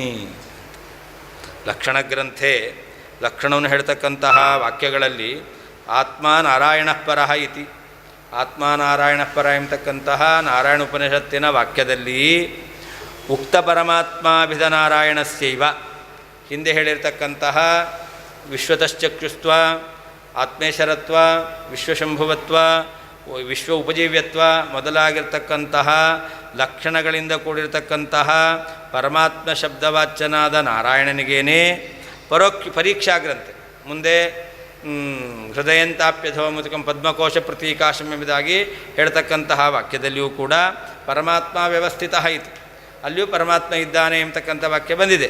ಅದು ಕೂಡ ಪರಮಾತ್ಮ ಪದೇನ ಅಲ್ಲಿರುವಂತಹ ಪರಮಾತ್ಮ ಎಂಬತಕ್ಕಂತಹ ಪದದಿಂದ ಪರಾಮರ್ಶಾತ್ ಹಿಂದೆ ಹೇಳಿರುವಂತಹ ಪರಮಾತ್ಮ ಶಬ್ದವಾಚ್ಯ ನಾರಾಯಣನನ್ನೇ ಇಟ್ಕೊಳ್ಬೇಕು. ಅದರಿಂದಾಗಿ ಐಕಾರ್ಥ್ಯಂ ಎರಡಕ್ಕೂ ಕೂಡ ಒಂದೇ ಅರ್ಥ ಎಂಬುದಾಗಿ ತಿಳಿದು ಬರುತ್ತೆ. ಹಾಗಾದರೆ ಯಾರು ಉಕ್ತ ಗುಣಲಕ್ಷಣದವನು ನಾರಾಯಣ ಅಂತ ಹೇಳಿದ್ರು ಅಂತಹ ಉಕ್ತ ಗುಣ ಉಳ್ಳಂತಹ ನಾರಾಯಣ ಶಬ್ದವಾಚ್ಯನಾದವನೇ ಪರಮಾತ್ಮ ಒಂದೇ ಅಂತ ಹೇಳಿದಂತೆ ಆಯಿತು. ತತ್ಸ ಬ್ರಹ್ಮೇತಿ ವಾಕ್ ತತ್ತತ್ ಅಭಿಧಾಮಹನಾಭಿಧಾಂ ಮಹೇಶ್ವರ ಶಿವಶ್ರುತ್ಯೋ ಪೌನರುಕ್ತ್ಯ ಭಯಾದಪಿ ಅಂತ ಹೇಳ್ತಾರೆ. ನಾರಾಯಣನ ಮಹಿಮೆ ಎಂಬತಕ್ಕಂಥದ್ದು ಪ್ರಾರಂಭದಲ್ಲಿ ಬಂದಿರೋದು, ಇದೆಲ್ಲ ನಾರಾಯಣನ ಮಹಿಮೆ ಹೇಳಿದ್ದು. ಆಮೇಲೆ ಸಶಿವ ಅಂತ ಕೊನೆಯಲ್ಲಿ ಬರ್ತಾ ಇದೆ, ಸಬ್ರಹ್ಮ ಸಶಿವ ಅಂತ ಕೊನೆಯಲ್ಲಿ ವಾಕ್ಯ ಎಂಬತಕ್ಕಂಥದ್ದು ಬರ್ತಾ ಇದೆ. ಅದರಿಂದ ಆ ಮುಂದೆ ಬರ್ತಕ್ಕಂತಹ ವಾಕ್ಯ ಅದು ಪರಬ್ರಹ್ಮನಾಗಿರ್ತಕ್ಕಂಥವನು ಶಿವ ಅಂತ ಐಕ್ಯವನ್ನೇ ಹೇಳ್ತಾ ಇದೆ. ಇಷ್ಟೆಲ್ಲ ಹೇಳಿರ್ಬೋದು, ಗುಣವಿಶಿಷ್ಟನಾದವನು ನಾರಾಯಣ ಅಂತ ಹೇಳಿದರೂ ಕೂಡ ಕೊನೆಯಲ್ಲಿ ಸಬ್ರಹ್ಮ ಸಶಿವ ಎಂಬುದಾಗಿ ಬ್ರಹ್ಮ ರುದ್ರಾದಿಗಳಿಂದ ಐಕ್ಯವನ್ನು ಹೇಳ್ತಾ ಇದ್ದ. ಆದ್ದರಿಂದ ಈ ಎಲ್ಲ ಶ್ರುತಿಗಳಿಗೂ ಕೂಡ ಅಭೇದದಲ್ಲೇ ತಾತ್ಪರ್ಯ ಅಂತ ಆಗಬೇಕು ಅಂತಂದರೆ ಅದಕ್ಕೆ ಹೇಳ್ತಾರೆ, ಅಲ್ಲಿ ಶ್ರುತಿ ಎಂಬತಕ್ಕಂಥದ್ದು ಮೊದಲು ಮಹಾದೇವ ಅಂತ ಹೇಳ್ತು. ಮಹೇಶ್ವರ ಶಿವಶ್ರುತ್ಯೋ ಪೌನರುಕ್ತ್ಯ ಭಯಾದಪಿ ಅಂತ ಅಲ್ಲಿ ಸಮಹೇಶ್ವರ ಅಂತ ವಾಕ್ಯ ಎಂಬತಕ್ಕಂಥದ್ದಿದೆ. ಉಪನಿಷತ್ತಿನಲ್ಲಿ ನಾರಾಯಣ ಉಪನಿಷತ್ತಿನಲ್ಲಿ ಸಹ ಮಹೇಶ್ವರ ಎಂಬತಕ್ಕಂತಹ ವಾಕ್ಯ ಎಂಬತಕ್ಕಂಥದ್ದು ಇದೆ. ಹಾಗಾದರೆ ಹಿಂದೆ ಗುಣವಿಶಿಷ್ಟನಾಗಿರ್ತಕ್ಕಂತಹ ವ್ಯಕ್ತಿಯನ್ನು ಮಹೇಶ್ವರ ಅಂತ ಹೇಳಿದ್ರು, ಸಾಕು. ಹಾಗಾದರೆ ಅಭೇದ ಹೇಳದಂತೆ ಆಯಿತು. ಪುನಃ ಸಶಿವ ಅಂತ ಯಾಕೆ ಹೇಳಬೇಕು? ಹಿಂದೆ ಸಮಹೇಶ್ವರ ಎಂಬುದಾಗಿ, ಮಹೇಶ್ವರ ಅಂದರೆ ಯಾರು? ರುದ್ರ. ಹಾಗಾದರೆ ಗುಣವಿಶಿಷ್ಟನಾದ ನಾರಾಯಣ ಸಮಹೇಶ್ವರ, ಅವನೇ ಮಹೇಶ್ವರ. ಆಗ ನಾರಾಯಣನಿಗೂ ಮಹೇಶ್ವರನಿಗೂ ಅಭೇದ ಹೇಳದಂತೆ ಆಯಿತು. ಆದರೆ ಪುನಃ ಸಬ್ರಹ್ಮ ಎಂಬುದಾಗಿ ಆ ಶ್ರುತಿ ಎಂಬತಕ್ಕಂಥದ್ದು ಐಕ್ಯ ಹೇಳುತ್ತೆ ಶಿವನಿಗೂ ಮತ್ತು ನಾರಾಯಣನಿಗೂ ಸರಿಯಲ್ಲ. ಮತ್ತೇನು ಹೇಳುತ್ತೆ? ಸಬ್ರಹ್ಮ ಸಶಿವ ಸಪರಹ ಅಂತ ವಾಕ್ಯ ಇದೆಯಲ್ಲ, ಅದಕ್ಕೆ ಹೇಳ್ತಾರೆ ತತ್ತದ್ ಅಭಿಧಾಮಹ. ಏತಾದೃಶ ಗುಣವಿಶಿಷ್ಟನಾದವನನ್ನು ಬ್ರಹ್ಮ ಅಂತ ಕರಿಬಹುದು, ಶಿವ ಅಂತ ಕರಿಬಹುದು ಎಂಬುದಾಗಿ ತತ್ತತ್ ಶಬ್ದ ವಾಚ್ಯತ್ವವನ್ನು ಹೇಳ್ತಾ ಇದೆ. ನ ಅಭಿಧಾಮಹ, ಅಭೇದವನ್ನು ಹೇಳ್ತಾ ಇಲ್ಲ. ಭಾಳ ಚೆನ್ನಾಗಿ ಹೇಳ್ತಾ ಇದ್ದಾರೆ. ತತ್ತದ್ ಅಭಿಧಾಮಹ ನ ಅಭಿಧಾಮ್ ಅಂತ. ಅಭಿಧ ಅಂತಂದರೆ ವಾಚ್ಯತ್ವ ಅಂತ ಅರ್ಥ. ಅಭಿಧ ಅಂದರೆ ಅಭೇದ ಅಂತ ಅರ್ಥ. ಅಭಿಧ ಮಹಾಪ್ರಾಣ ಇದ್ದರೆ ವಾಚ್ಯತ್ವ ಅಂತ ಅರ್ಥ. ಅಭಿಧ ಅಲ್ಪಪ್ರಾಣ ಇದ್ದರೆ ಅಭೇದ ಅಂತ ಅರ್ಥ. ಇಲ್ಲಿ ಎರಡಿದೆ, ಇಲ್ಲಿ ಅಭಿಧಾಮಹ ನ ಅಭಿಧಾಮ್ ಅಂತ. ಹಾಗಾದರೆ ಅಭೇದವನ್ನು ಹೇಳ್ತಾ ಇಲ್ಲ. ಸಶಿವ ಸಬ್ರಹ್ಮ ಎಂಬತಕ್ಕಂಥದ್ರಲ್ಲಿ ನಾರಾಯಣ ಗುಣ ಏನು ಹೇಳಿದ್ದಾರೆ ಆ ಗುಣವಿಶಿಷ್ಟದ ನಾರಾಯಣನಿಗೂ ಸಬ್ರಹ್ಮ ಸಶಿವ ಎಂಬತಕ್ಕಂಥ ಹೇಳಿರ್ತಕ್ಕಂಥ ಶಿವನಿಗೂ ನ ಅಭಿಧಾಮಹ, ಅಭೇದವನ್ನು ಹೇಳ್ತಾ ಇಲ್ಲ. ಮತ್ತೇನು ಹೇಳ್ತಾ ಇದೆ? ತತ್ತದ್ ಅಭಿಧಾಮ. ಬ್ರಹ್ಮಶಬ್ದವಾಚ್ಯನಾದವನು ಅವನೇ, ಶಿವಶಬ್ದವಾಚ್ಯನಾದವನು ಅವನೇ ಎಂಬುದಾಗಿ ನಾರಾಯಣನಿಗೆ ಅನೇಕ ಶಬ್ದ ವಾಚ್ಯತ್ವವನ್ನು ಹೇಳ್ತಾ ಇದ್ದಾರೆ. ಅನೇಕ ದೇವತೆಗಳಿಗೆ ನಾರಾಯಣನಿಗೆ ಅಭೇದವನ್ನು ಹೇಳ್ತಾ ಇಲ್ಲ. ಹಾಂ, ಹೌದು, ಒಂದು ಅಲ್ಪಪ್ರಾಣ ಅಭಿಧ. ಹಾಂ, ಎರಡೂ ಮಹಾಪ್ರಾಣ ಆದರೆ ಅದು ವಾಚ್ಯ ಅಂತ ಅರ್ಥ. ಒಂದು ಭ ಮಾತ್ರ ಅಭಿ ಎಂಬುದು ಭಕ ಭೀ ಇದೆಯಲ್ಲ, ಅದು ಮಹಾಪ್ರಾಣ. ದ ಅಲ್ಪಪ್ರಾಣ, ಅದು ಅಭೇದ.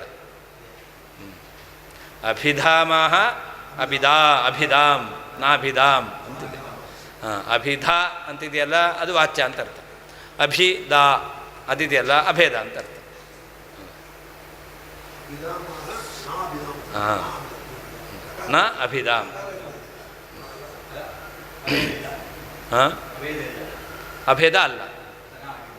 ಅದೇ ನಾ ಅಭೇದವನ್ನು ಹೇಳ್ತಾ ಇಲ್ಲ. ಯಾಕೆ ಹೇಳ್ತಾ ಇಲ್ಲ ಅಂತಂದರೆ ಮಹೇಶ್ವರ ಶಿವಶ್ರುತ್ಯೋ ಪುನರುಕ್ತ್ಯ ಭಯಾದಪಿ.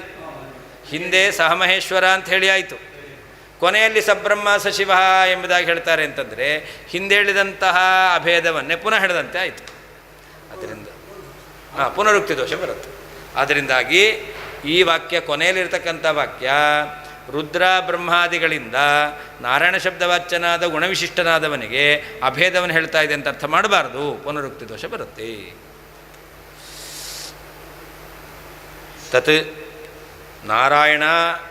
ನಾರಾಯಣನ ಮಹಿಮೆಯು ಪ್ರಸ್ಥಾಪಿತವಾದ್ದರಿಂದ ಸಬ್ರಹ್ಮ ಅವನೇ ಬ್ರಹ್ಮ, ಸಶಿವ ಅವನೇ ಶಿವ ಇತ್ಯಾದಿ ವಾಕ್ ಇದೇ ಮೊದಲಾಗಿರ್ತಕ್ಕಂಥ ವಾಕ್ಯವು ತತ್ತದ್ ಅಭಿಧಾಮ್ ತತ್ತತ್ ಶಬ್ದವಾಚ್ಯತ್ವವನ್ನು ಆಯಾ ಹೆಸರನ್ನು ಆಹಾ ಹೇಳ್ತಾ ಇದೆ.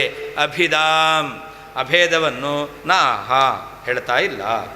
ಯಾಕೆ ಅಂತಂದರೆ ಮಹೇಶ್ವರ ಶಿವಶ್ರುತ್ಯೋ ತಸ್ಯ ಪ್ರಕೃತಿಲೀನಸ್ಯ ಯಃ ಪರಸ್ಸ ಮಹೇಶ್ವರ ಎಂಬುದಾಗಿ ಮಹೇಶ್ವರ ಎಂಬುದಾಗಿ ಹೇಳಿದ್ದು.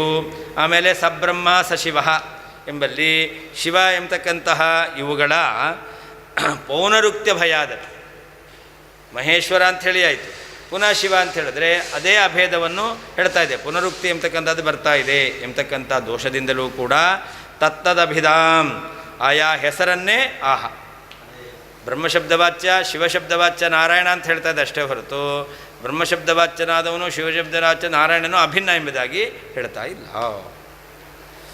ತತ್ ನಾರಾಯಣನ ಮಹಿಮೆಯು ಪ್ರಸ್ಥಾಪಿತವಾಗಿರುವುದರಿಂದ ಸಬ್ರಹ್ಮ ಎಂಬತಕ್ಕಂತಹ ಸಬ್ರಹ್ಮ ಇತಿ ವಾಕ್ ಸಬ್ರಹ್ಮ ಎಂಬತಕ್ಕಂತಹ ಈ ವಾಕ್ಯವು ತತ್ತದಭಿಧಾಮ್ ಬ್ರಹ್ಮ ಶಿವ ಶಬ್ದವಾಚ್ಯನಾಗಿದ್ದಾನೆ ಎಂಬತಕ್ಕಂಥದ್ದನ್ನು ಆಹಾ ಹೇಳ್ತಾ ಇದೆ. ಅಭಿಧಾಮ್ ಬ್ರಹ್ಮ ಶಿವರಿಂದ ಅಭೇದವನ್ನು ನ ಆಹಾ ಹೇಳ್ತಾ ಇಲ್ಲ. ಒಂದು ವೇಳೆ ಅಭೇದವನ್ನು ಹೇಳಿದರೆ ಮಹೇಶ್ವರ ಶಿವಶ್ರುತ್ಯೋಹೋ ತಸ್ಯ ಪ್ರಕೃತಿಲೀನಸ್ಯ ಯಃ ಪರಂ ಸಾ ಮಹೇಶ್ವರ ಎಂಬುದಾಗಿಯೂ ಸಬ್ರಹ್ಮ ಸಶಿವ ಎಂಬುದಾಗಿ ಶಿವನನ್ನು ಹೇಳ್ತಕ್ಕಂತಹ ಈ ಶ್ರುತಿಗಳಿಗೆ ಪೌನರುಕ್ತ್ಯ ಭಯಾತ್ ಹೇಳಿದ್ದನ್ನೇ ಹೇಳ್ತಾ ಇದೆ. ಪುನರುಕ್ತಿ ದೋಷದ ಭಯ ಎಂಬತಕ್ಕಂಥದ್ದಿದೆ. ಆದ್ದರಿಂದ ಅಭಿಧಾಮ್ ನಾಹ ಅಭೇದವನ್ನು ಹೇಳ್ತಾ ಇಲ್ಲ. ಮತ್ತು ತತ್ತದಭಿಧಾಮ್ ಆಹಾ ತತ್ತ ಶಬ್ದವಾಚ್ಯತ್ವವನ್ನು ಹೇಳ್ತಾ ಇದೆ.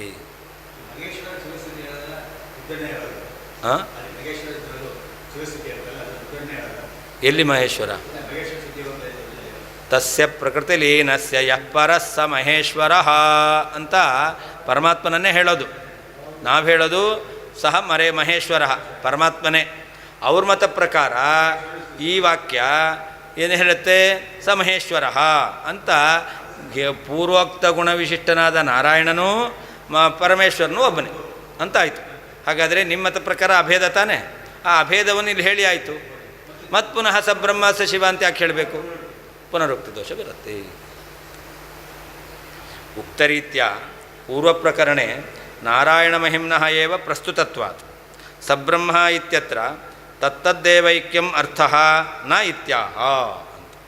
ಹಿಂದೆ ನಾರಾಯಣ ಪರಂ ಬ್ರಹ್ಮ ಅಂತ, ಆಮೇಲೆ ಆತ್ಮ ನಾರಾಯಣ ಪರಃ, ನಾರಾಯಣ ಪರೋ ಜ್ಯೋತಿ ಇತ್ಯಾದಿ ವಾಕ್ಯಗಳಲ್ಲಿ ನಾರಾಯಣ ಮಹಿಮ್ನಃ ಏವ, ನಾರಾಯಣನ ಮಹಿಮೆ ಅದನ್ನು ಪ್ರಸ್ತುತವಾಗಿದೆ ಎಂಬುದಾಗಿ ತಿಳಿದು ಬರ್ತಾ ಇದೆ. ಆದ್ದರಿಂದ ಸಬ್ರಹ್ಮ ಸ ಶಿವ ಅಂತ ಮುಂದಿನ ವಾಕ್ಯ ಇದೆ.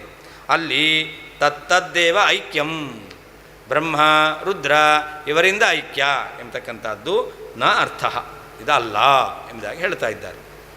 ತತ್ ಅಂತಿದೆ ವಾಕ್ಯದಲ್ಲಿ. ಅದಕ್ಕೆ ತಸ್ಮಾತ್ ಅಂದರೆ ಪರಮಾತ್ಮನಃ ವಿಶ್ವತಃ ಪರಮತ್ವಾದಿನ ಸಕಲ ಜೀವಜಡಾತ್ಮಕಾತ್ ಪ್ರಪಂಚಾದ ಅತ್ಯಂತ ವಿಲಕ್ಷಣಸ್ಯೈವ ನಾರಾಯಣಸ್ಯ ಪ್ರಸ್ತುತತ್ವ. ಆದ್ದರಿಂದ ಅಂದರೆ ಯಾವುದರಿಂದ ಅದಕ್ಕೆ ಹೇಳ್ತಾ ಇದ್ದಾರೆ? ಪರಮಾತ್ಮ ಇದ್ದಾನಲ್ಲ ಅವನು ಎಲ್ಲ ವಿಶ್ವತಃ ಪರಮತ್ವಾದಿನ, ವಿಶ್ವತಃ ಪರಮಾಂ ನಿತ್ಯಂ ಎಂಬುದಾಗಿ ಪರಮಾತ್ಮ ಈ ಜಗತ್ತಿಗಿಂತ ಅತ್ಯಂತ ಶ್ರೇಷ್ಠ ಅಂತ. ಅಷ್ಟೇ ಅಲ್ಲ, ಅವನು ಈ ಎಲ್ಲ ಜಗತ್ತುಗಳಿಗಿಂತಲೂ ಕೂಡ ಜೀವಜಡಾತ್ಮಕವಾದ ಪ್ರಪಂಚ, ಈ ಜೀವಜಡಾತ್ಮಕವಾದಂತಹ ಪ್ರಪಂಚಕ್ಕಿಂತ ಅತ್ಯಂತ ವಿಲಕ್ಷಣ. ಯಾಕೆ? ಜೀವ ಎಲ್ಲವೂ ಕೂಡ ಅದು ಉಪಜೀವಕ, ಪರಮಾತ್ಮ ಉಪಜೀವ್ಯ, ಪರಮಾತ್ಮ ರಕ್ಷಕ, ಈ ಜೀವರು ಜಡಯ ಪದಾರ್ಥಗಳ ರಕ್ಷ್ಯ. ಈ ರೀತಿಯಲ್ಲಿ ಭೇದ ಎಂಬತಕ್ಕಂಥದ್ದು ಇದೆ ಎಂಬುದಾಗಿ ನಾರಾಯಣಸ್ಯ ಪ್ರಸ್ತುತತ್ವಾತ್, ಗುಣವಿಶಿಷ್ಟನಾದ ನಾರಾಯಣನನ್ನೇ ಪ್ರಸ್ತಾಪ ಮಾಡಿರೋದರಿಂದ ಅನ್ಯಥಾ ಉಪಕ್ರಮ ವಿರೋಧಾತ್. ಒಂದು ವೇಳೆ ನೀವು ಪ್ರಾರಂಭದಲ್ಲಿ ಹೇಳಿದ್ದು ನಾರಾಯಣ, ಆಮೇಲೆ ಹೇಳ್ತಕ್ಕಂಥದ್ದು ಐಕ್ಯ ಅಂತ ಹೇಳ್ತೀರಾ ಅಂತಂದರೆ ಆವಾಗ ಗುಣವಿಶಿಷ್ಟನಾದ ನಾರಾಯಣ ಅಂತ ಹೇಳಿದ್ರಿಂದ ಅದು ಉಪಕ್ರಮ ವಿರೋಧ ಎಂಬತಕ್ಕಂಥದ್ದು ಬರುತ್ತೆ. ಸಬ್ರಹ್ಮ ಇತಿ ವಾಕ್ ಅದಕ್ಕೆ ಹೇಳ್ತಾರೆ. ಸಬ್ರಹ್ಮ ಸಶಿವ ಸಹರಿಸ್ ಅಂತ ವಾಕ್ಯ ಎಂಬತಕ್ಕಂಥದ್ದಿದೆ. ಸಬ್ರಹ್ಮ ಸಶಿವ ಸಹರಿಹಿ ಅಂತ. ಈ ವಾಕ್ಯದಲ್ಲಿ ಐಕ್ಯ ಪಕ್ಷೆ, ಈ ವಾಕ್ಯ ಉಪನಿಷತ್ತು ಜೀವಬ್ರಹ್ಮರಿಗೆ ಅಥವಾ ಪರಮಾತ್ಮನ ರುದ್ರಾದಿ ದೇವತೆಗಳ ರೂಪಗಳಿಗೂ, ಪರಮಾತ್ಮನ ರೂಪಕ್ಕೂ ಬ್ರಹ್ಮರುದ್ರಾದಿ ರೂಪಗಳಿಗೂ ಅಭೇದವನ್ನು ಹೇಳುತ್ತೆ ಅಂತ ಅರ್ಥ ಮಾಡ್ತೀರಾ ಅಂತಂದರೆ ಐಕ್ಯ ಪಕ್ಷೆ ಸಮಹೇಶ್ವರ ಇತ್ಯೇತಾವತ ಶಿವೈಕ್ಯ ಸಿದ್ಧೇಹೇ ಅಂತ.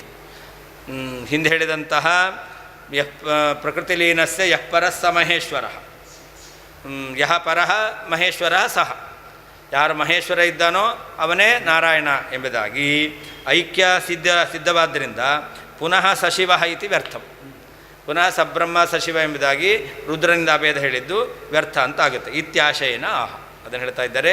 ಮಹೇಶ್ವರ ಶಿವಶ್ರುತ್ಯೋ ಪೌನರುಕ್ತ್ಯ ಭಯಾದತಿ. ಯೋ ವೇದಾದೋ ಸ್ವರ ಪ್ರೋಕ್ತೋ ವೇದಾಂತೆ ಚ ಪ್ರತಿಷ್ಠಿತಃ ತಸ್ಯ ಪ್ರಕೃತಿಲೀನಸ್ಯ ಯಃ ಪರಃ ಸ ಮಹೇಶ್ವರಃ ಇತಿ ಮಹೇಶ್ವರ ಶ್ರುತಿ. ಮಹೇಶ್ವರ ಶ್ರುತಿ ಅಂದರೆ ಯಾವುದು? ಇದು ಯಹ ವೇದಾದೌ ಸ್ವರಃ ಪ್ರೋಕ್ತಃ ಅಂತ. ಯಾರು ವೇದದಲ್ಲಿ ಪ್ರತಿಪಾದ್ಯನಾಗಿದ್ದಾನೋ ವೇದಾಂತೇ ಚ ಪ್ರತಿಷ್ಠಿತ, ವೇದದಲ್ಲಿ ವೇದಾಂತ ಬ್ರಹ್ಮಸೂತ್ರಗಳಿಂದಲೂ ಕೂಡ ಯಾರು ಪ್ರತಿಪಾದ್ಯನಾಗಿದ್ದಾನೋ ತಸ್ಯ ಪ್ರಕೃತಿಲೀನಸ್ಯ ಅಂತ, ಅವನು ಪ್ರಕೃತಿಯಲ್ಲಿ ಲೀನ ಅಂತ. ಅಂದ್ರೇನರ್ಥ? ಅದಕ್ಕೆ ಮುಂದೆ ಅರ್ಥ ಬರೀತಾರೆ. ಅತ್ರ ಸ್ವರಶಬ್ದೇನ ಪೂರ್ವೋಕ್ತ ಪ್ರಣವಸ್ಯೈವ ತಸ್ಯ ಇತಿ ಪ್ರಸ್ತುತತ್ವಾತ್ ಅಂತ. ಇಲ್ಲಿ ಯೋ ವೇದಾದೌ ಸ್ವರ ಪ್ರೋಕ್ತಃ ಅಂತಿದೆ. ಆ ಸ್ವರ ಶಬ್ದಕ್ಕೇನರ್ಥ? ಪ್ರಣವ ಅಂತ ಅರ್ಥ, ಓಂಕಾರ ಎಂಬತಕ್ಕಂಥದ್ದು ಅರ್ಥ. ಆಮೇಲೆ ತಸ್ಯ ಪ್ರಕೃತಿಲೀನಸ್ಯ ಎಂಬಲ್ಲಿ ತಸ್ಯ ಅಂತಿದೆ. ಆ ಓಂಕಾರ ವಾಚ್ಯನಾದವನನ್ನೇ ತಸ್ಯ ಅಂತ ಹೇಳ್ತಾ ಇದ್ದಾರೆ. ಓಂಕಾರ ವಾಚ್ಯನಾದ ಪರಮಾತ್ಮ ಅವನನ್ನು ತಸ್ಯ ಅಂತ ಹೇಳ್ತಾ ಇದ್ದಾರೆ. ಅವನು ಜಡ ಪ್ರಕೃತೋ ಲೀನಸ್ಯ ಅಂತ. ಲೀನ ಅಂದ್ರೇನು? ಪ್ರಕೃತಿ ಲೀನ ಅಂದರೆ ಜಡ ಪ್ರಕೃತಿಯಲ್ಲಿ ಮುಳುಗಿದ್ದಾನೆ. ಜಡ ಪ್ರಕೃತಿಯಲ್ಲಿ ಮುಳುಗಿದವನು ಯಾರು? ಸಗುಣ ಬ್ರಹ್ಮ ಅಂತ ಅರ್ಥ ಆಗುತ್ತೆ. ಜಡ ಪ್ರಕೃತೋ ಲೀನಸ್ಯ ಶಬಲಸ್ಯ ಇತಿ ಮಂದಾಶಂಕ ಶ್ರಾವೇಣೇವ ಗತ. ಇದು ಓಂಕಾರವಾಚ್ಯನಾದವನು ಎಂಬುದಾಗಿ ಹೇಳಿದ್ರಿಂದ, ತಸ್ಯ ಎಂಬುದಾಗಿ ಓಂಕಾರ ಪ್ರತಿಪಾದ್ಯನಾದವನು ಅಂತ ಹೇಳಿದ್ರಿಂದ, ಓಂಕಾರ ಪ್ರತಿಪಾದ್ಯ ಬ್ರಹ್ಮ ಯಾರು? ಅವನು ನಿರ್ಗುಣ ಬ್ರಹ್ಮ. ಸಗುಣ ಬ್ರಹ್ಮ ಅಲ್ಲವೇ ಅಲ್ಲ. ಪ್ರಕೃತಿ ಲೀನಸ್ಯ ಎಂಬುದಾಗಿ ಹೇಳಿದ್ದಾರೆ, ಅದರಿಂದ ಸಗುಣ ಬ್ರಹ್ಮ ಆಗಬೇಕು ಅಂತ ಈ ಶಂಕೆ ಅದು ಗರ್ಭಸ್ರಾವೇಣೇವಗತ. ಯಾಕೆ ತಸ್ಯ ಅಂತ ಹೇಳಿದ್ದಾರೆ? ತಸ್ಯ ಅನ್ನೋದಕ್ಕೆ ಏನರ್ಥ? ಪ್ರಣವ ಪ್ರತಿಪಾದ್ಯ ಅಂತ ಅರ್ಥ. ಪ್ರಣವ ಪ್ರತಿಪಾದ್ಯ ಬ್ರಹ್ಮ ಯಾರು? ನಿರ್ಗುಣ ಬ್ರಹ್ಮ. ಆದ್ದರಿಂದ ಪ್ರಕೃತಿ ಲೀನಸ್ಯ ಎಂಬತಕ್ಕಂಥ ಶಬ್ದದಿಂದ ಸಗುಣ ಬ್ರಹ್ಮನ ಇಟ್ಕೊಳ್ತೇವೆ ಅಂತ ಅರ್ಥ ಮಾಡಲಿಕ್ಕೆ ಬರೋದಿಲ್ಲ. ಯಾಕೆ ಮುಂದೆ ಹೇಳಿದ್ರು ತಸ್ಯ, ಹಿಂದೆ ತಸ್ಯ ಅಂತ ಹೇಳಿದ್ದಾರೆ. ತಸ್ಯ ಅಂದರೆ ಪ್ರಣವ ಪ್ರತಿಪಾದ್ಯ, ಪ್ರಣವ ಪ್ರತಿಪಾದ್ಯ ಅನ್ನೋ ನಿರ್ಗುಣ ಬ್ರಹ್ಮ. ತಸ್ಯ ಪ್ರಕೃತಿ ಲೀನಸ್ಯ ಅಂದರೆ ಪ್ರಣವ ಪ್ರತಿಪಾದ್ಯನಾಗಿರ್ತಕ್ಕಂತಹ ನಿರ್ಗುಣ ಬ್ರಹ್ಮ, ಅವನು ಪ್ರಕೃತಿ ಲೀನ ಅಲ್ಲ. ಅದರಿಂದಾಗಿ ಇಲ್ಲಿ ಪ್ರಕೃತಿ ಲೀನ ಶಬ್ದದಿಂದ ಸಗುಣ ಬ್ರಹ್ಮನ ಇಟ್ಕೊಂಡಿದ್ದಾರೆ ಅಂತ ನಿಮ್ಗೆ ಅರ್ಥ ಮಾಡಲಿಕ್ಕೆ ಬರೋದೇ ಇಲ್ಲ. ಕಿಂತು ಪ್ರಕೃತ್ಯ ಅಂದರೆ ಏನರ್ಥ? ಸ್ವಭಾವದಿಂದ ಅಂತ ಅರ್ಥ. ಅದಕ್ಕೆ ಹೇಳ್ತಾರೆ ಅಮಲ ಸತ್ವ ಸ್ವಭಾವೇನ, ನಿರ್ಮಲವಾಗಿರ್ತಕ್ಕಂತಹ ಸತ್ವ ಸ್ವಭಾವ ಅದು ಪರಮಾತ್ಮ, ಅದು ಪ್ರಕೃತ್ಯ ಅಂತ. ಅವನೇನಾಗಿದ್ದಾನೆ? ಪ್ರಕೃತಿ ಲೀನಸ್ಯ, ಪ್ರಕೃತ್ಯ ಲೀನಸ್ಯ. ಲೀನ ಅಂತಂದರೆ ಅನುಚ್ಚಾರಣೆನ ಲೀನಸ್ಯ ಅಂತ. ಪರಮಾತ್ಮ ಅವನು ಸ್ವಾಭಾವಿಕವಾಗಿ ಶುದ್ಧ ಸ್ವರೂಪವುಳ್ಳವನಾಗಿದೆ. ಓಂಕಾರ ಉಚ್ಚಾರ ಮಾಡಲಿಲ್ಲ ಅಂತಾದರೆ ಆವಾಗ ಪರಮಾತ್ಮನ ತಿಳ್ಕೊಳ್ಳಿಕ್ಕೆ ಶಬ್ದ ಇಲ್ಲ. ಅವನು ತಿಳ್ಕೊಳ್ಳಿಕ್ಕೆ ಹೇಗೆ ಸಾಧ್ಯ? ಕಣ್ಣಿನಿಂದ ನೋಡಿ ತಿಳ್ಕೊಳ್ಳಿಕ್ಕಾಗಲ್ಲ, ಯುಕ್ತಿ ಅಂತಕ್ಕಂಥದ್ದಿಲ್ಲ, ಶಬ್ದದಿಂದಲೇ ತಿಳ್ಕೊಳ್ಬೇಕು. ಶಬ್ದವನ್ನು ಹೇಳಲಿಲ್ಲ, ಆವಾಗ ಲೀನ. ಅದಕ್ಕೆ ಹೇಳ್ತಾರೆ ಅನುಚ್ಚಾರಣೇನ ಲೀನಸ್ಯ. ಶಬ್ದವನ್ನು ಉಚ್ಚಾರ ಮಾಡಲಿಲ್ಲ ಅಂತಾದರೆ ಶಬ್ದದಿಂದ ಅವನನ್ನು ತಿಳ್ಕೊಳ್ಳಿಕ್ಕಾಗಲಿಲ್ಲ, ಆದ್ದರಿಂದ ಅವನು ಲೀನನಾಗಿದ್ದಾನೆ ಅಂತ ಅರ್ಥ ಅಷ್ಟೇ ಹೊರತು ಪ್ರಕೃತಿ ಲೀನ, ಪ್ರಕೃತಿಯಲ್ಲಿ ಅಂತ ಅರ್ಥ ಅಲ್ಲ. ಪ್ರಕೃತಿಯ ತನ್ನ ನಿರ್ಮಲವಾದ ಸ್ವಭಾವ, ಸತ್ವ ಸ್ವಭಾವ, ಅದರಿಂದ ಅವನು ಅವ್ಯಕ್ತನಾಗಿದ್ದಾನೆ, ಉಚ್ಚಾರಣೆ ಮಾಡಿಲ್ಲ, ಅದರಿಂದ ಅವ್ಯಕ್ತನಾದವನು. ಶಬ್ದದಿಂದ ಪ್ರತಿಪಾದ್ಯನಾದ ಬ್ರಹ್ಮ. ತಸ್ಯ ಆ ಪ್ರಣವಸ್ಯ ಯಹ ಪರಹ ಅಂತ. ಅದಕ್ಕೆ ಅಲ್ಲಿರ್ತಕ್ಕಂಥದ್ದು ಯೋವಾದದು ಸ್ವರ ಪ್ರೋಕ್ತ ವೇದಾಂತೆ ಚ ಪ್ರತಿಷ್ಠಿತ ತಸ್ಯ ಪ್ರಕೃತಿ ಲೀನಸ್ಯ ಯಃ ಪರಹ. ಆ ಪ್ರಣವದ ಯಹ ಪರಹ ಸ್ವಾಮಿ ಅಂತ. ಪ್ರಣವದ ಮುಖ್ಯ ಸ್ವಾಮಿ ಯಾರು? ಅವನೇ ಗುಣವಿಶಿಷ್ಟನಾದ ಬ್ರಹ್ಮ ಅಂತ ಅರ್ಥ ಆಯಿತು, ಹೊರತು ಯಾರಾಗಲಿಲ್ಲ? ನಿರ್ಗುಣ ಬ್ರಹ್ಮ ಅಂತ ಆಗಲೇ ಇಲ್ಲ. ಅಥೋಪಿ ಆದ್ದರಿಂದಲೂ ಮಹೇಶ್ವರ ವಿಷ್ಣುರೇವ. ಆದ್ದರಿಂದ ಮಹೇಶ್ವರ ಅಂತ ಪರಮಾತ್ಮನನ್ನು ಕರಿತಾ ಇದ್ದಾರೆ. ಯಾಕೆ ಅಂತಂದರೆ ಆ ಪ್ರಣವ ಪ್ರತಿಪಾದ್ಯನಾಗಿರ್ತಕ್ಕಂಥವನು ಅವನು ಪರಮಾತ್ಮ. ಆ ಪ್ರಣವದಿಂದ ವಾಚ್ಯನಾಗಿರ್ತಕ್ಕಂಥವನು ಪರಮಾತ್ಮ. ತಸ್ಯ ಪ್ರಕೃತಿ ಲೀನಸ್ಯ ಯೋ ವೇದಾದೋ ಸ್ವರ ಪ್ರೋಕ್ತ ಅಂತ ಹೇಳಿಬಿಟ್ಟು, ಸ್ವರ ಶಬ್ದದಿಂದ ವಾಚ್ಯನಾದ ತಸ್ಯ ಅಂತ ಹೇಳಿಬಿಟ್ಟು ಅವನನ್ನೇ ಸಹ ಮಹೇಶ್ವರ ಅಂತ ಹೇಳಿರೋದ್ರಿಂದ ಯಾರನ್ನು? ಪ್ರಣವ ಪ್ರತಿಪಾದ್ಯನಾದ ಪೂರ್ವೋಕ್ತ ಗುಣವಿಶಿಷ್ಟನಾದ ನಾರಾಯಣನನ್ನೇ ಇಲ್ಲಿ ಮಹೇಶ್ವರ ಅಂತ ಹೇಳದಂತೆ ಆಯಿತು. ಮಹೇಶ್ವರ ವಿಷ್ಣುರೇವ. ಇನ್ನು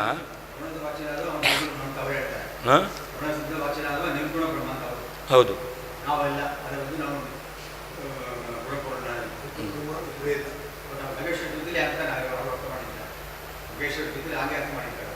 ಸಮಹೇಶ್ವರ ಅಂತಂದರೆ ಯಾರು ಮಹೇಶ್ವರ ರುದ್ರ ಇದ್ದಾನೋ ಅವನು ಯಾರು ಅಂತಂದರೆ ವೇದಾದು ಸ್ವರ ಪ್ರೋಕ್ತ. ಯಾರು ಸ್ವರದಿಂದ ಉಕ್ತನಾದಂತಹ ನಿರ್ಗುಣ ಬ್ರಹ್ಮ ಇದ್ದಾನೋ ಅವನೇ ಮಹೇಶ್ವರ. ಅವನೇ ರುದ್ರ. ಆದ್ದರಿಂದ ಅವನಿಗೂ ಇವನಿಗೂ ಅಭೇದ ಇದೆ ಅಂತ ಅವ್ರು ಹೇಳ್ತಾರೆ. ಅದಕ್ಕೆ ನಾವು ಹೇಳ್ತಾ ಇದ್ದೇವೆ, ಯಹ ವೇದಾದೌ ಸ್ವರ ಪ್ರೋಕ್ತ, ಓಂಕಾರ ಶಬ್ದದಿಂದ ಪ್ರತಿಪಾದ್ಯನಾದವನು ಯಾರಿದ್ದಾನೋ ಅವನೇ ಏನಾಗಿದ್ದಾನೆ? ನಾರಾಯಣ ಶಬ್ದದಿಂದ ಹೇಳಿರ್ತಕ್ಕಂಥ ಗುಣವಿಶಿಷ್ಟನಾಗಿದ್ದಾನೆ. ಅವನೇ ಪ್ರಕೃತಿ ಲೀನ, ಅವನು ಯಹ ಪರಹ, ಅವನೇ ಶ್ರೇಷ್ಠ ಸ್ವಾಮಿ, ಸಹ ಮಹೇಶ್ವರ, ಅವನೇ ಮಹೇಶ್ವರ ಶಬ್ದ ವಾಚ್ಯ ಅಂತ ನಾವು ಹೇಳೋದು. ಅಂದ ಗುಣವಿಶಿಷ್ಟನಾದ ನಾರಾಯಣ ಅವನೇ ವೇದ ಪ್ರತಿಪಾದ್ಯ. ವೇದ ಪ್ರತಿಪಾದ್ಯನಾಗಿರ್ತಕ್ಕಂಥವನು ಸ್ವಭಾವತಃ ಅವನು ಮಂಗಳಮಯವಾಗಿರ್ತಕ್ಕಂಥ ನಿರ್ಮಲವಾಗಿರ್ತಕ್ಕಂಥ ಸ್ವಭಾವವುಳ್ಳವನು. ಅಂಥವನು ಓಂಕಾರದಿಂದ ಪ್ರತಿಪಾದ್ಯನಾದವನು, ಅವನೇ ಪರಹ ಸ್ವಾಮಿ ಅಂತ, ಅವನೇ ಮಹೇಶ್ವರ ಅಂತ ನಾವು ಹೇಳ್ತೇವೆ. ಅವರು ಹೇಳ್ತಾರೆ. ಅದಕ್ಕೆ ಹೇಳ್ತಾರೆ, ಮುಂದಿನ ವಾಕ್ಯ ನೋಡಿ. ಶಂಖ ಚಕ್ರ ಗದಾ ಪದ್ಮಧರ ಇತಿ ವಿಷ್ಣುಂ ಭಾಸ್ವತ್ ಕಿರೀಟಮಿತಿ ಚ ಆವಯೋಹ ಮತೆ ತಸ್ಯೈವ ಪ್ರಣಮಧ್ಯೇಯತ್ವಾತ್ ಅಂತ. ನಮ್ಮಿಬ್ಬರ ಮತ ಪ್ರಕಾರ ಓಂಕಾರದಿಂದ ವಾಚ್ಯನಾದವನು ಯಾರು ಅಂತಂದರೆ ವಿಷ್ಣುವೇ. ಯಾಕೆ ನೀವು ಕೂಡ ಓಂಕಾರ ಏನೋ ಮಂತ್ರ ಇದೆಯಲ್ಲ, ಅದಕ್ಕೆ ಧ್ಯೇಯವಾದ ರೂಪ ಇದೆಯಲ್ಲ, ಆ ಧ್ಯೇಯವಾಗಿರ್ತಕ್ಕಂತಹ ರೂಪವನ್ನು ಹೇಳಬೇಕಾದ್ರೆ ಏನಂತ ಹೇಳ್ತಾ ಇದ್ದಾರೆ? ಚಕ್ರ ಶಂಖ ಗದಾ ಪದ್ಮಧರ ಇತಿ ವಿಷ್ಣುಂ ಭಾಸ್ವತ್ ಕಿರೀಟಮಿತಿ ಚ ಅಂತ. ನಾವು ಹೇಳೋದು ಶಂಖಚಕ್ರ ಗದಾ ಪದ್ಮಧರ ಅಂತ, ಅವರು ವಿಷ್ಣುಂ ಭಾಸ್ವತ್ ಕಿರೀಟಂ ಅಂತ ಹೇಳ್ತಾರೆ. ಅವನು ಒಳ್ಳೆ ಪ್ರಕಾಶಮಾನವಾಗಿರ್ತಕ್ಕಂಥ ಕಿರೀಟವುಳ್ಳವನು ಅಂತ, ಇವನೇ ಪ್ರಣವ ಪ್ರತಿಪಾದ್ಯವಾದ ಧ್ಯೇಯವಾದ ರೂಪ ಅಂತ. ಹಾಗಾದರೆ ಇಬ್ಬರೂ ಕೂಡ ನಾವೇನು ಹೇಳಿದ್ದೇವೆ? ಗುಣವಿಶಿಷ್ಟನಾಗಿರ್ತಕ್ಕಂಥವನನ್ನೇ ಓಂಕಾರ ಪ್ರತಿಪಾದ್ಯ ಅಂತ ಹೇಳಿದ್ದೇವೆ. ಹಾಗಾದರೆ ಶ್ರುತಿ ಏನು ಹೇಳ್ತಾ ಇದೆ? ಸ್ವರಪ್ರೋಕ್ತಃ ಎಂಬುದಾಗಿ ಓಂಕಾರ ಪ್ರತಿಪಾದ್ಯನಾದವನ್ನೇ ಹೇಳ್ತಾ ಇದೆ. ಹಾಗಾದರೆ ಓಂಕಾರ ಪ್ರತಿಪಾದ್ಯನಾದ ನಿಮ್ಮ ಧ್ಯೇಯ ರೂಪ ಇದೆಯಲ್ಲ, ಗುಣವಿಶಿಷ್ಟನಾದ, ಅವನೇನೇ ಪರಬ್ರಹ್ಮ ಅದ. ಆದ್ದರಿಂದ ನೀವು ಹೇಳುವ ರೀತಿಯಲ್ಲಿ ಓಂಕಾರ ಪ್ರತಿಪಾದ್ಯ ನಿರ್ಗುಣ ಬ್ರಹ್ಮ, ಅವನಿಂದ ಮಹೇಶ್ವರನಿಗೆ ಅಭೇದ ಅಂತ ಹೇಳಲಿಕ್ಕೆ ಬರೋದೇ ಇಲ್ಲ. ಮುಂದೆ ಹೇಳ್ತಾರೆ, ಓಮಿತ್ಯೇಕಾಕ್ಷರಂ ಬ್ರಹ್ಮ ವ್ಯಾಹರಂ ಮನುಸ್ಮರನ್ ಇತಿ ಗೀತಾವಾಕ್ಯಾಚ.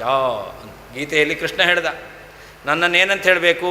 ಓಮಿತ್ಯೇಕಾಕ್ಷರಂ ಬ್ರಹ್ಮ ಅಂತ. ಓಂ ಎಂಬತಕ್ಕಂತಹ ಏಕಾಕ್ಷರ, ಅಥವಾ ಬ್ರಹ್ಮ ಅಕ್ಷರಂ, ಅಕ್ಷರ ಎಂಬುದಾಗಿ, ಬ್ರಹ್ಮ ಎಂಬುದಾಗಿ, ವ್ಯಾಹರಂ ಮನುಸ್ಮರನ್ ಅಂತ. ನನ್ನನ್ನು ಓಂ ಅಂತ ಹೇಳ್ಬೋದು, ಅಕ್ಷರ ಅಂತ ಹೇಳ್ಬೋದು, ಬ್ರಹ್ಮ ಅಂತ ಹೇಳ್ಬೋದು ಎಂಬುದಾಗಿ ಪರಮಾತ್ಮನೇ ಹೇಳಿದ್ದಾರೆ. ಹಾಗೆ ಓಂಕಾರ ವಾಚ್ಯ ಯಾರು? ಕೃಷ್ಣ ಯಾರು? ಸಗುಣ ಬ್ರಹ್ಮ. ಹಾಗಾದರೆ ಅವನಿಗೇ ಓಂಕಾರ ವಾಚ್ಯತ್ವ ಬಂತು, ನಿರ್ಗುಣ ಬ್ರಹ್ಮನಿಗೆ ಬರಲಿಲ್ಲ ಅಂತ ಆಯಿತು. ಐಕ್ಯ ಯಾರಿಗೆ ಹೇಳ್ತಾರೆ ನೀವು? ಸಗುಣ ಬ್ರಹ್ಮನಿಗೆ ಐಕ್ಯ ಇಲ್ಲ, ನಿರ್ಗುಣ ಬ್ರಹ್ಮನಿಗೆ ಐಕ್ಯ ಹೇಳಬೇಕು. ಅದರಿಂದಾಗಿ ನಿಮ್ಮದ ಪ್ರಕಾರವೂ ಕೂಡ ಓಂಕಾರ ವಾಚ್ಯನಾಗಿರ್ತಕ್ಕಂಥವನು ಸಗುಣ ಬ್ರಹ್ಮನೇ ಆಗಿದ್ದಾನೆ. ಕೃಷ್ಣನೂ ಕೂಡ ಓಂಕಾರ ವಾಚ್ಯನಾದ ನಾನೇ ಅಂತ ಹೇಳ್ಕೊಂಡಿದ್ದಾನೆ. ಆದ್ದರಿಂದಾಗಿ ಓಂಕಾರ ವಾಚ್ಯ ಯಾರೋ ಅವನೇನೇ ಪರಬ್ರಹ್ಮ. ಆ ಪರಬ್ರಹ್ಮ ಅವನು ಮಹೇಶ್ವರ ಶಬ್ದವಾಚ್ಯ, ಅವನು ಬ್ರಹ್ಮ ಶಿವ ಇತ್ಯಾದಿ ಶಬ್ದವಾಚ್ಯ ಅಷ್ಟೇ ಹೊರತು ಅವನೇನೆಲ್ಲ ರುದ್ರಾದಿಗಳಿಂದ ಅಭಿನ್ನ ಅಂತ ಅರ್ಥ ಅಲ್ಲ. ನಾಮ ಸಮನ್ವಯ ಪಕ್ಷೇತು ನ ಕಾಜಿದ್ ಅನುಪಪತ್ತಿ ಇತಿ ಭಾವ. ಅಷ್ಟೇ ಅಲ್ಲ, ಭಗವಂತನಿಗೆ ನಾಮಗಳನ್ನು ಸಮನ್ವಯ ಮಾಡೋದು ಅಂತಂದರೆ ಅವಾಗ ಶಿವನಾಮ, ಬ್ರಹ್ಮನಾಮ, ಮಹೇಶ್ವರನಾಮ ಎಲ್ಲ ನಾಮಗಳು ಕೂಡ ಪರಮಾತ್ಮನನ್ನೇ ಹೇಳ್ತಾ ಇದೆ. ಅವಕ್ಕೆ ಅನುಪಪತ್ತಿ ಎಂಬತಕ್ಕಂಥದ್ದು ಇಲ್ಲವೇ ಇಲ್ಲ. ಯೋ ದೇವಾನಾಂ ನಾಮಧ ಏಕೈವ. ಉಪಕ್ರಮೋಪಸಂಹಾರಯೋ ಏಕಾರ್ಥ್ಯಾವಶ್ಯಂ ಭಾವಾತ್ ಮಹತಾಂ ಈಶ್ವರಃ ಮಹೇಶ್ವರಃ ಇತಿ ಸಾವಕಾಶ ಮಹೇಶ್ವರ ಪದಸ್ಯ ನಿರವಕಾಶ ನಾರಾಯಣ ಪದಾನುಸಾರ ಏವ ಯೋಜನೀಯತ್ವಾತ್. ಯಾವಾಗಲೂ ಉಪಕ್ರಮ ಉಪಸಂಹಾರ ಇವುಗಳಿಗೆ ಏಕವಾಕ್ಯತ ಇರಬೇಕು, ಒಂದೇ ಅರ್ಥ ಇರಬೇಕು. ಮೊದಲೊಂದೇನೋ ಹೇಳೋದು, ಆಮೇಲೆ ಇನ್ನೊಂದೇನೋ ಹೇಳೋದು, ಅದು ತಲೆ ಸರಿ ಇಲ್ಲದಿದ್ದರೆ ಹೇಳ್ತಾರೆ ಅಷ್ಟೇ, ಏನೇನೋ ಮಾತಾಡ್ತಾನೆ ಅಂತ ಹೇಳ್ತಾರೆ ಅದಕ್ಕೆ. ಹಾಗಾಗಿ ಶ್ರುತಿಯೆಲ್ಲ ಹಾಗೆ ಹೇಳಲ್ಲ. ಏನು ಪ್ರಾರಂಭ ಮಾಡ್ಕೊಂಡು ಬಂದಿದೆಯೋ ಅದೇ ವಿಷಯ ಮುಂದುವರಿಸ್ಕೊಂಡು ಪುನಃ ಅದೇ ವಿಷಯದಲ್ಲಿ ಪರ್ಯವಸಾನ ಮಾಡುತ್ತೆ. ಪ್ರಾರಂಭದಲ್ಲಿ ಯಾರ ಬಗ್ಗೆ ಹೇಳಿದ್ದು? ನಾರಾಯಣನ ಬಗ್ಗೆ ಹೇಳಿದ್ದು. ಹಾಗೆ ನಾರಾಯಣ ಗುಣಗಳನ್ನೆಲ್ಲ ಹೇಳಿ ಆಮೇಲೆ ಆ ನಾರಾಯಣ ಮಹೇಶ್ವರ ಅಂತ ಹೇಳುತ್ತೇನು? ಇಲ್ಲ, ಆ ನಾರಾಯಣನೇ ಮಹೇಶ್ವರ ಅಂತ ಹೇಳುತ್ತೆ. ಹಾಗಾದರೆ ಮಹೇಶ್ವರ ಶಬ್ದಕ್ಕೇನರ್ಥ? ರುದ್ರ ಅಂತ ಅರ್ಥ ಅಲ್ಲ. ಅದಕ್ಕೆ ಹೇಳ್ತಾರೆ ಮಹತಾಂ ಈಶ್ವರ ಮಹೇಶ್ವರ, ಮಹಾತ್ಮರಾದ ಬ್ರಹ್ಮಾದಿಗಳಿಗೂ ನಿಯಾಮಕ. ಅದರಿಂದ ಮಹೇಶ್ವರ ಅಂತ ಅರ್ಥ ಅಷ್ಟೇ ಹೊರತು ಅದು ಸಾವಕಾಶ ಶಬ್ದ. ಮಹೇಶ್ವರ ಎಂಬತಕ್ಕಂಥದ್ದು ರುದ್ರ ಅಂತಲೇ ಅರ್ಥ ಅಲ್ಲ. ರುದ್ರ ಅಂತಲೂ ಅರ್ಥ ಮಾಡ್ಬೋದು, ಮಹಾತ್ಮರಿಗೆ ನಿಯಾಮಕ ಅಂತಲೂ ಅರ್ಥ ಮಾಡ್ಬೋದು. ಇಲ್ಲಿ ಯಾವ ಅರ್ಥ ಮಾಡಬೇಕು? ಹಿಂದೆ ನಾರಾಯಣನ ಗುಣಗಳನ್ನು ಹೇಳಿರೋದ್ರಿಂದ, ನಾರಾಯಣನಿಗೆ ಆತ್ಮೇಶ್ವರ ಎಂಬುದಾಗಿ ಸಕಲ ಜೀವ ನಿಯಾಮಕತ್ವವನ್ನು ಹೇಳಿರೋದ್ರಿಂದ, ಸಕಲ ಜೀವರಲ್ಲಿ ರುದ್ರನೂ ಸೇರಿರೋದ್ರಿಂದ ರುದ್ರನಿಗೆ ನಿಯಾಮಕತ್ವವನ್ನು ಹೇಳಿಬಿಟ್ಟು ಪುನಃ ರುದ್ರನಿಂದ ಅಭೇದ ಅಂತ ಹೇಳಿದ್ರೆ ವಿರೋಧ ಬರುತ್ತೆ. ಹಾಗಾದರೆ ನಿಯಾಮಕತ್ವವನ್ನು ಹೇಳಿ ಸಮಹೇಶ್ವರ ಅಂತ ಹೇಳ್ತಾ ಇದೆ ಅಂತ ರುದ್ರನಿಂದ ಅಭೇದ ಹೇಳೋದ್ರ ಬದಲು ನಿಯಾಮಕತ್ವವನ್ನು ಅಲ್ಲಿ ಹೇಳಿದ್ದು ಇದ್ದೇ ಇದೆ. ಸಮಹೇಶ್ವರ ಅನ್ನೋದಕ್ಕೆ ಮಹತಾಮೀಶ್ವರ, ಮಹಾತ್ಮರಾದರಿಗೂ ನಿಯಾಮಕ ಅಂತ ಅರ್ಥ ಮಾಡಿದ್ರೆ ಆವಾಗ ವಿರೋಧ ಎಂಬತಕ್ಕಂಥದ್ದು ಇರೋದಿಲ್ಲ. ಹೌದು, ಹಾಂ, ಹೇಳಿಕ್ಕೆ ಬರೋದಿಲ್ಲ. ಅಂದರೆ ಉಪಕ್ರಮ ಉಪಸಂಹಾರಯೋ ಐಕ್ಯಾರ್ಥ ಅವಶ್ಯಂ ಭಾವಾತ್. ಉಪಸಂಹಾರಗಳಿಗೆ ಏಕವಾಕ್ಯತೆ ಇರಬೇಕು, ಒಂದೇ ಅರ್ಥ ಪ್ರತಿಪಾದಕತ್ವ ಎಂಬತಕ್ಕಂಥದ್ದು ಇರಬೇಕು. ಅದರಿಂದ ಏನು ಮಾಡಬೇಕು? ಹಿಂದೆ ನಾರಾಯಣನ ಗುಣ ಹೇಳಿರೋದ್ರಿಂದ ಮಹೇಶ್ವರ ಅನ್ನೋದಕ್ಕೆ ಮಹೇಶ್ವರಿಂದ ಅಭಿನ್ನ ಅಂತ ಅರ್ಥ ಮಾಡಬಾರ್ದು. ಯಾಕೆ? ನಾರಾಯಣ ಈಶ್ವರಾದಿಗಳ ನಿಯಾಮಕನಾಗಿದ್ದಾನೆ. ಹಾಗಾದ್ರೆ ಏನು ಮಾಡಬೇಕು? ಮಹತಾಂ ಈಶ್ವರ ಮಹೇಶ್ವರ ಇತಿ ಸಾವಕಾಶ ಮಹೇಶ್ವರ ಪದಸ್. ಮಹೇಶ್ವರ ಅನ್ನೋದಕ್ಕೆ ರುದ್ರದೇವರು ಅಂತ ಅರ್ಥ ಮಾಡ್ಬೋದು, ಮಹೇಶ್ವರ ಅನ್ನೋದಕ್ಕೆ ಮಹಾತ್ಮರಿಗೆ ನಿಯಾಮಕ ಅಂತಲೂ ಅರ್ಥ ಮಾಡ್ಬೋದು. ಅಂದರೆ ಸಾವಕಾಶ, ಅದು ಸಾವಕಾಶಸ್ಯ ನಿರವಕಾಶ ನಾರಾಯಣ ಪದ. ನಾರಾಯಣ ಅಂದರೆ ಯಾರು? ರುದ್ರ ಅಂತ ಅಲ್ಲವೇ ಇಲ್ಲ. ಲೋಕದಲ್ಲಿ ಯಾರಿಗೂ ಎಂತಹ ಪರಮಶಿವಭಕ್ತನಾದರೂ ಕೂಡ ಅವನಿಗೆ ನಾರಾಯಣ ಶಬ್ದದಿಂದ ರುದ್ರನ ಯೋಚನೆ ಚಿಂತನೆ ಸ್ಮರಣೆ ಬರೋದಿಲ್ಲ. ನಾರಾಯಣನ. ಹಾಗೆ ನಾರಾಯಣ ಶಬ್ದ ಮುಖ್ಯವಾಚ್ಯ ಯಾರು? ನಾರಾಯಣನ. ಅಂದರೆ ನಿರವಕಾಶವಾದದ್ದು ನಾರಾಯಣ ಪದ. ಅದಕ್ಕೆ ಅನುಸಾರವಾಗಿಯೇ ನಾವು ಅರ್ಥ ಮಾಡಬೇಕು ಯೋಜನೀಯತ್ವ. ಅಂದರೆ ಮಹೇಶ್ವರ ಅಂದರೆ ಪರಮಾತ್ಮನನ್ನು. ಹಾಗಾದರೆ ಸಶಿವ ಅಂತ ಹೇಳ್ತಾ ಇದ್ದಾರೆ ಅಂತಂದರೆ ತತ್ತ ಶಬ್ದವಾಚ್ಯತ್ವವನ್ನು ಹೇಳ್ತಾ ಇದ್ದಾರೆ ಅಷ್ಟೇ ಹೊರತು ಅವನೇ ರುದ್ರ ಅವನೇ ಬ್ರಹ್ಮ ಅಂತ ಹೇಳ್ತಾ ಇಲ್ಲ. ಪ್ರಾಗುಕ್ತಾರ್ಥೋಪಸಂಹರ್ತ್ರಿ ಮಹೇಶ್ವರ ಮಹೀಶ್ವರೇ ಶಯಾನಮಾಹ ತಸ್ಯೈಕ್ಯೇ ಕಸ್ಯಾಸೌ ಸ್ಯಾನ್ ಮಹೇಶ್ವರಃ. ಹೇಳ್ತಾರೆ ಉಪಸಂಹಾರ ವಾಕ್ಯದಲ್ಲಿ ತಸ್ಯ ಪ್ರಕೃತಿ ಲೀನಸ್ಯ ಯಃ ಪರಃ ಸ ಮಹೇಶ್ವರಃ ಎಂಬುದಾಗಿ ಉಪಸಂಹಾರ ವಾಕ್ಯದಲ್ಲಿ ಅದೇನು ಹೇಳ್ತಾ ಇದೆ? ಮಹೇಶ್ವರನನ್ನು ಹೇಳ್ತಾ ಇದೆ. ಆ ಮಹೇಶ್ವರ ಇದೆಯಲ್ಲ ಅದು ಅಹೀಶ್ವರನ ಮೇಲೆ ಹೇಳ್ತಾ ಇದೆ. ಮಹೇಶ್ವರ ಅಂತ ಯಾರನ್ನು ಹೇಳ್ತಾ ಇದೆ? ಅಹೀಶ್ವರನ ಹೇಳ್ತಾ ಇದೆ. ಅಹೀಶ್ವರ ಅಂದರೆ ಯಾರು? ಅಹಿ ಸರ್ಪ, ಅದರ ಮೇಲೆ ಮಲಗಿದವನು ಯಾರೋ ಅವನು ನಾರಾಯಣ. ಆದ್ದರಿಂದ ಅಹೀಶ್ವರ ಅಂದರೆ ಶೇಷ. ಅಹಿ ಅಂದರೆ ಸರ್ಪ, ಅಹಿಗಳಿಗೆ ಈಶ್ವರ, ಶೇಷ. ಎಲ್ಲ ಸರ್ಪಗಳಿಗೆ ಒಡೆಯ ಯಾರು? ಶೇಷ. ಹಾಗಾದರೆ ಅಹೀಶ್ವರೇ ಶಯಾನಂ. ಮಹೇಶ್ವರ ಅಂದರೆ ಯಾರು ಅಂತಂದರೆ ಯಾರು ಅಹೀಶ್ವರನ ಮೇಲೆ ಮಲಗಿದ್ದಾನೋ ಅವನನ್ನು ಮಹೇಶ್ವರ ಅಂತ ಹೇಳ್ತಾ ಇದೆ ಅಷ್ಟೇ ಹೊರತು ರುದ್ರನನ್ನು ಹೇಳ್ತಾ ಇಲ್ಲ ಅಂತ. ಏನು?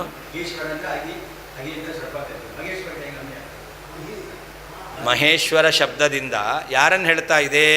ಅಹೀಶ್ವರದಲ್ಲಿ ಶಯಾನಂ. ಅಹೀಶ್ವರೇ ಶಯಾನಂ. ಅಹೀಶ್ವರ ಯಾರು? ಶೇಷ. ಅವನ ಮೇಲೆ ಮಲಗಿದವನು ಯಾರು? ಅವನನ್ನೇ ಮಹೇಶ್ವರ ಅಂತ ಹೇಳ್ತಾ ಇದೆ. ಮಹೇಶ್ವರ ಅಂತ ಯಾರನ್ನು ಹೇಳ್ತಾ ಇದೆ? ಅಹೀಶ್ವರನಲ್ಲಿ ಮಲಗಿದವನನ್ನು. ಶಯಾನಂ ಅಂತಿದೆ. ಮಹೇಶ್ವರಂ ಅಹೀಶ್ವರೇ ಶಯಾನಮಾಹ. ಹಾಂ, ಅಹೀಶ್ವರನಲ್ಲಿ ಮಲಗಿದವನು ಮಹೇಶ್ವರ. ಅಹೀಶ್ವರದಲ್ಲಿ ಮಲಗಿದವನು ಯಾರು? ಅವನೇ ಮಹೇಶ್ವರ ಅಂತ ಹೇಳದಂತೆ ಆಯಿತು. ಅದರಿಂದ ಉಪಕ್ರಮದಲ್ಲಿ ನಾರಾಯಣನ ಹೇಳಿತು, ಉಪಸಂಹಾರದಲ್ಲಿ ಮಹೇಶ್ವರ ಶಬ್ದ ಇದೆ. ಉಪಕ್ರಮದಲ್ಲಿ ನಾರಾಯಣ ಅಂತ ಆದಮೇಲೆ ಅದಕ್ಕೆ ವಿರೋಧ ಬರಬಾರ್ದು ಅಂತಾದರೆ ಉಪಸಂಹಾರದಲ್ಲಿರ್ತಕ್ಕಂಥ ಮಹೇಶ್ವರ ಶಬ್ದಕ್ಕೆ ಏನು ಅರ್ಥ ಮಾಡಬೇಕು?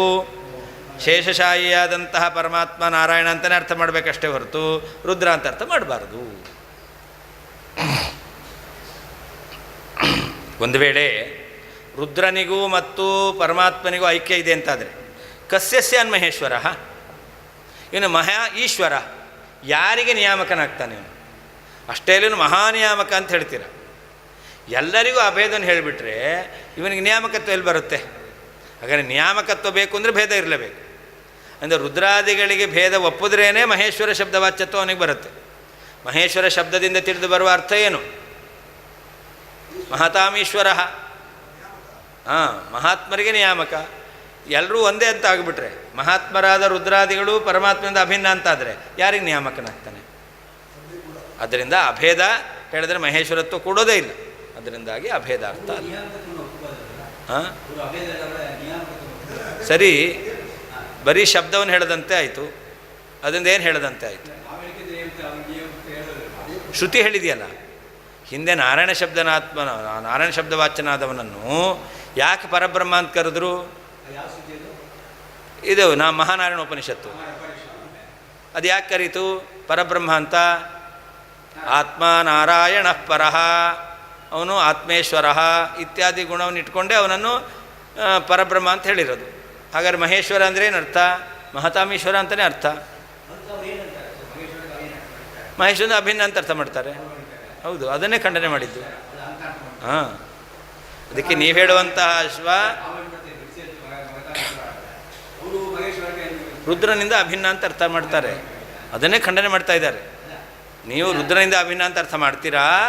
ಅದಕ್ಕೆ ಒಂದು ರುದ್ರನಿಂದ ಅಭಿನ್ನ ಅಲ್ಲ, ರುದ್ರನಿಂದ ಅಭಿನ್ನ ಅಂತ ಆಗ್ಬಿಟ್ರೆ ಮಹೇಶ್ವರ ಯಾಕಾಗ್ತಾನೆ? ನಿಯಾಮಕತ್ವ ಕೂಡಲ್ಲ.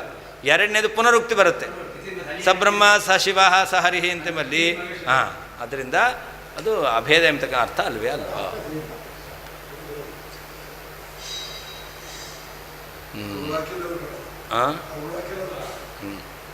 ಪ್ರಾಗುಕ್ತಾರ್ಥೋಪಸಂಹರ್ತ್ರಿ, ಹಿಂದೆ ಹೇಳಿರ್ತಕ್ಕಂತಹ ಎಲ್ಲ ವಿಷಯಗಳನ್ನು ಉಪಸಂಹಾರ ಮಾಡತಕ್ಕಂತಹ ಶ್ರುತಿಯು ಅಹೀಶ್ವರೇ, ಸರ್ಪಗಳಿಗೆ ಒಡೆಯನಾದ ಶೇಷನಲ್ಲಿ ಶಯಾನಂ ಮಲಗಿರುವಂತಹ ಪರಮಾತ್ಮನನ್ನು ಮಹೇಶ್ವರ ಎಂಬತಕ್ಕಂಥ ಶಬ್ದದಿಂದ ಆಹಾ ಹೇಳ್ತಾ ಇದೆ.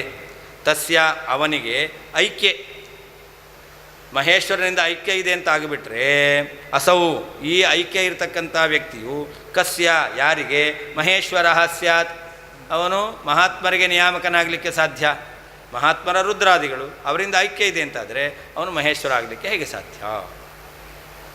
ಪ್ರಾಗುಕ್ತಾರ್ಥ ಉಪಸಂಹರ್ತ್ರಿ, ಹಿಂದೆ ಹೇಳಿರುವಂತಹ ವಿಷಯವನ್ನು ಉಪಸಂಹಾರ ಮಾಡತಕ್ಕಂಥ ಶ್ರುತಿವಾಕ್ಯವು ಅಹೀಶ್ವರೇ, ಸರ್ಪಗಳಿಗೆ ಒಡೆಯನಾದಂಥ ಶೇಷನಲ್ಲಿ ಶಯಾನಂ ಮಲಗಿರತಕ್ಕಂತಹ ವ್ಯಕ್ತಿಯನ್ನು, ಪರಮಾತ್ಮನನ್ನು ಮಹೇಶ್ವರ ಎಂಬುದಾಗಿ ಆಹಾ ಹೇಳ್ತಾ ಇದೆ.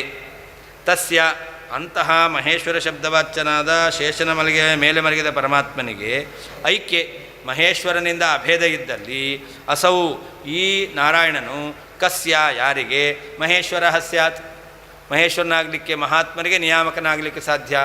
ಅಭೇದ ಇದೆ, ಮಹಾತ್ಮರಿಗೆ ನಿಯಾಮಕನಾಗಲಿಕ್ಕೆ ಸಾಧ್ಯವೇ ಇಲ್ಲ. 10 ನಿಮಿಷ ಬಿಟ್ಟು ಎಷ್ಟು ಗಂಟೆ ಮುಗಿಸೋದು? 5 ಕಾಲು, 10 ಕಾಲು ಆಗುತ್ತವೆ. 5 ಕಾಲು ಅಂದರೆ 10 ಕಾಲು ಆಯಿತು ಅಂದರೆ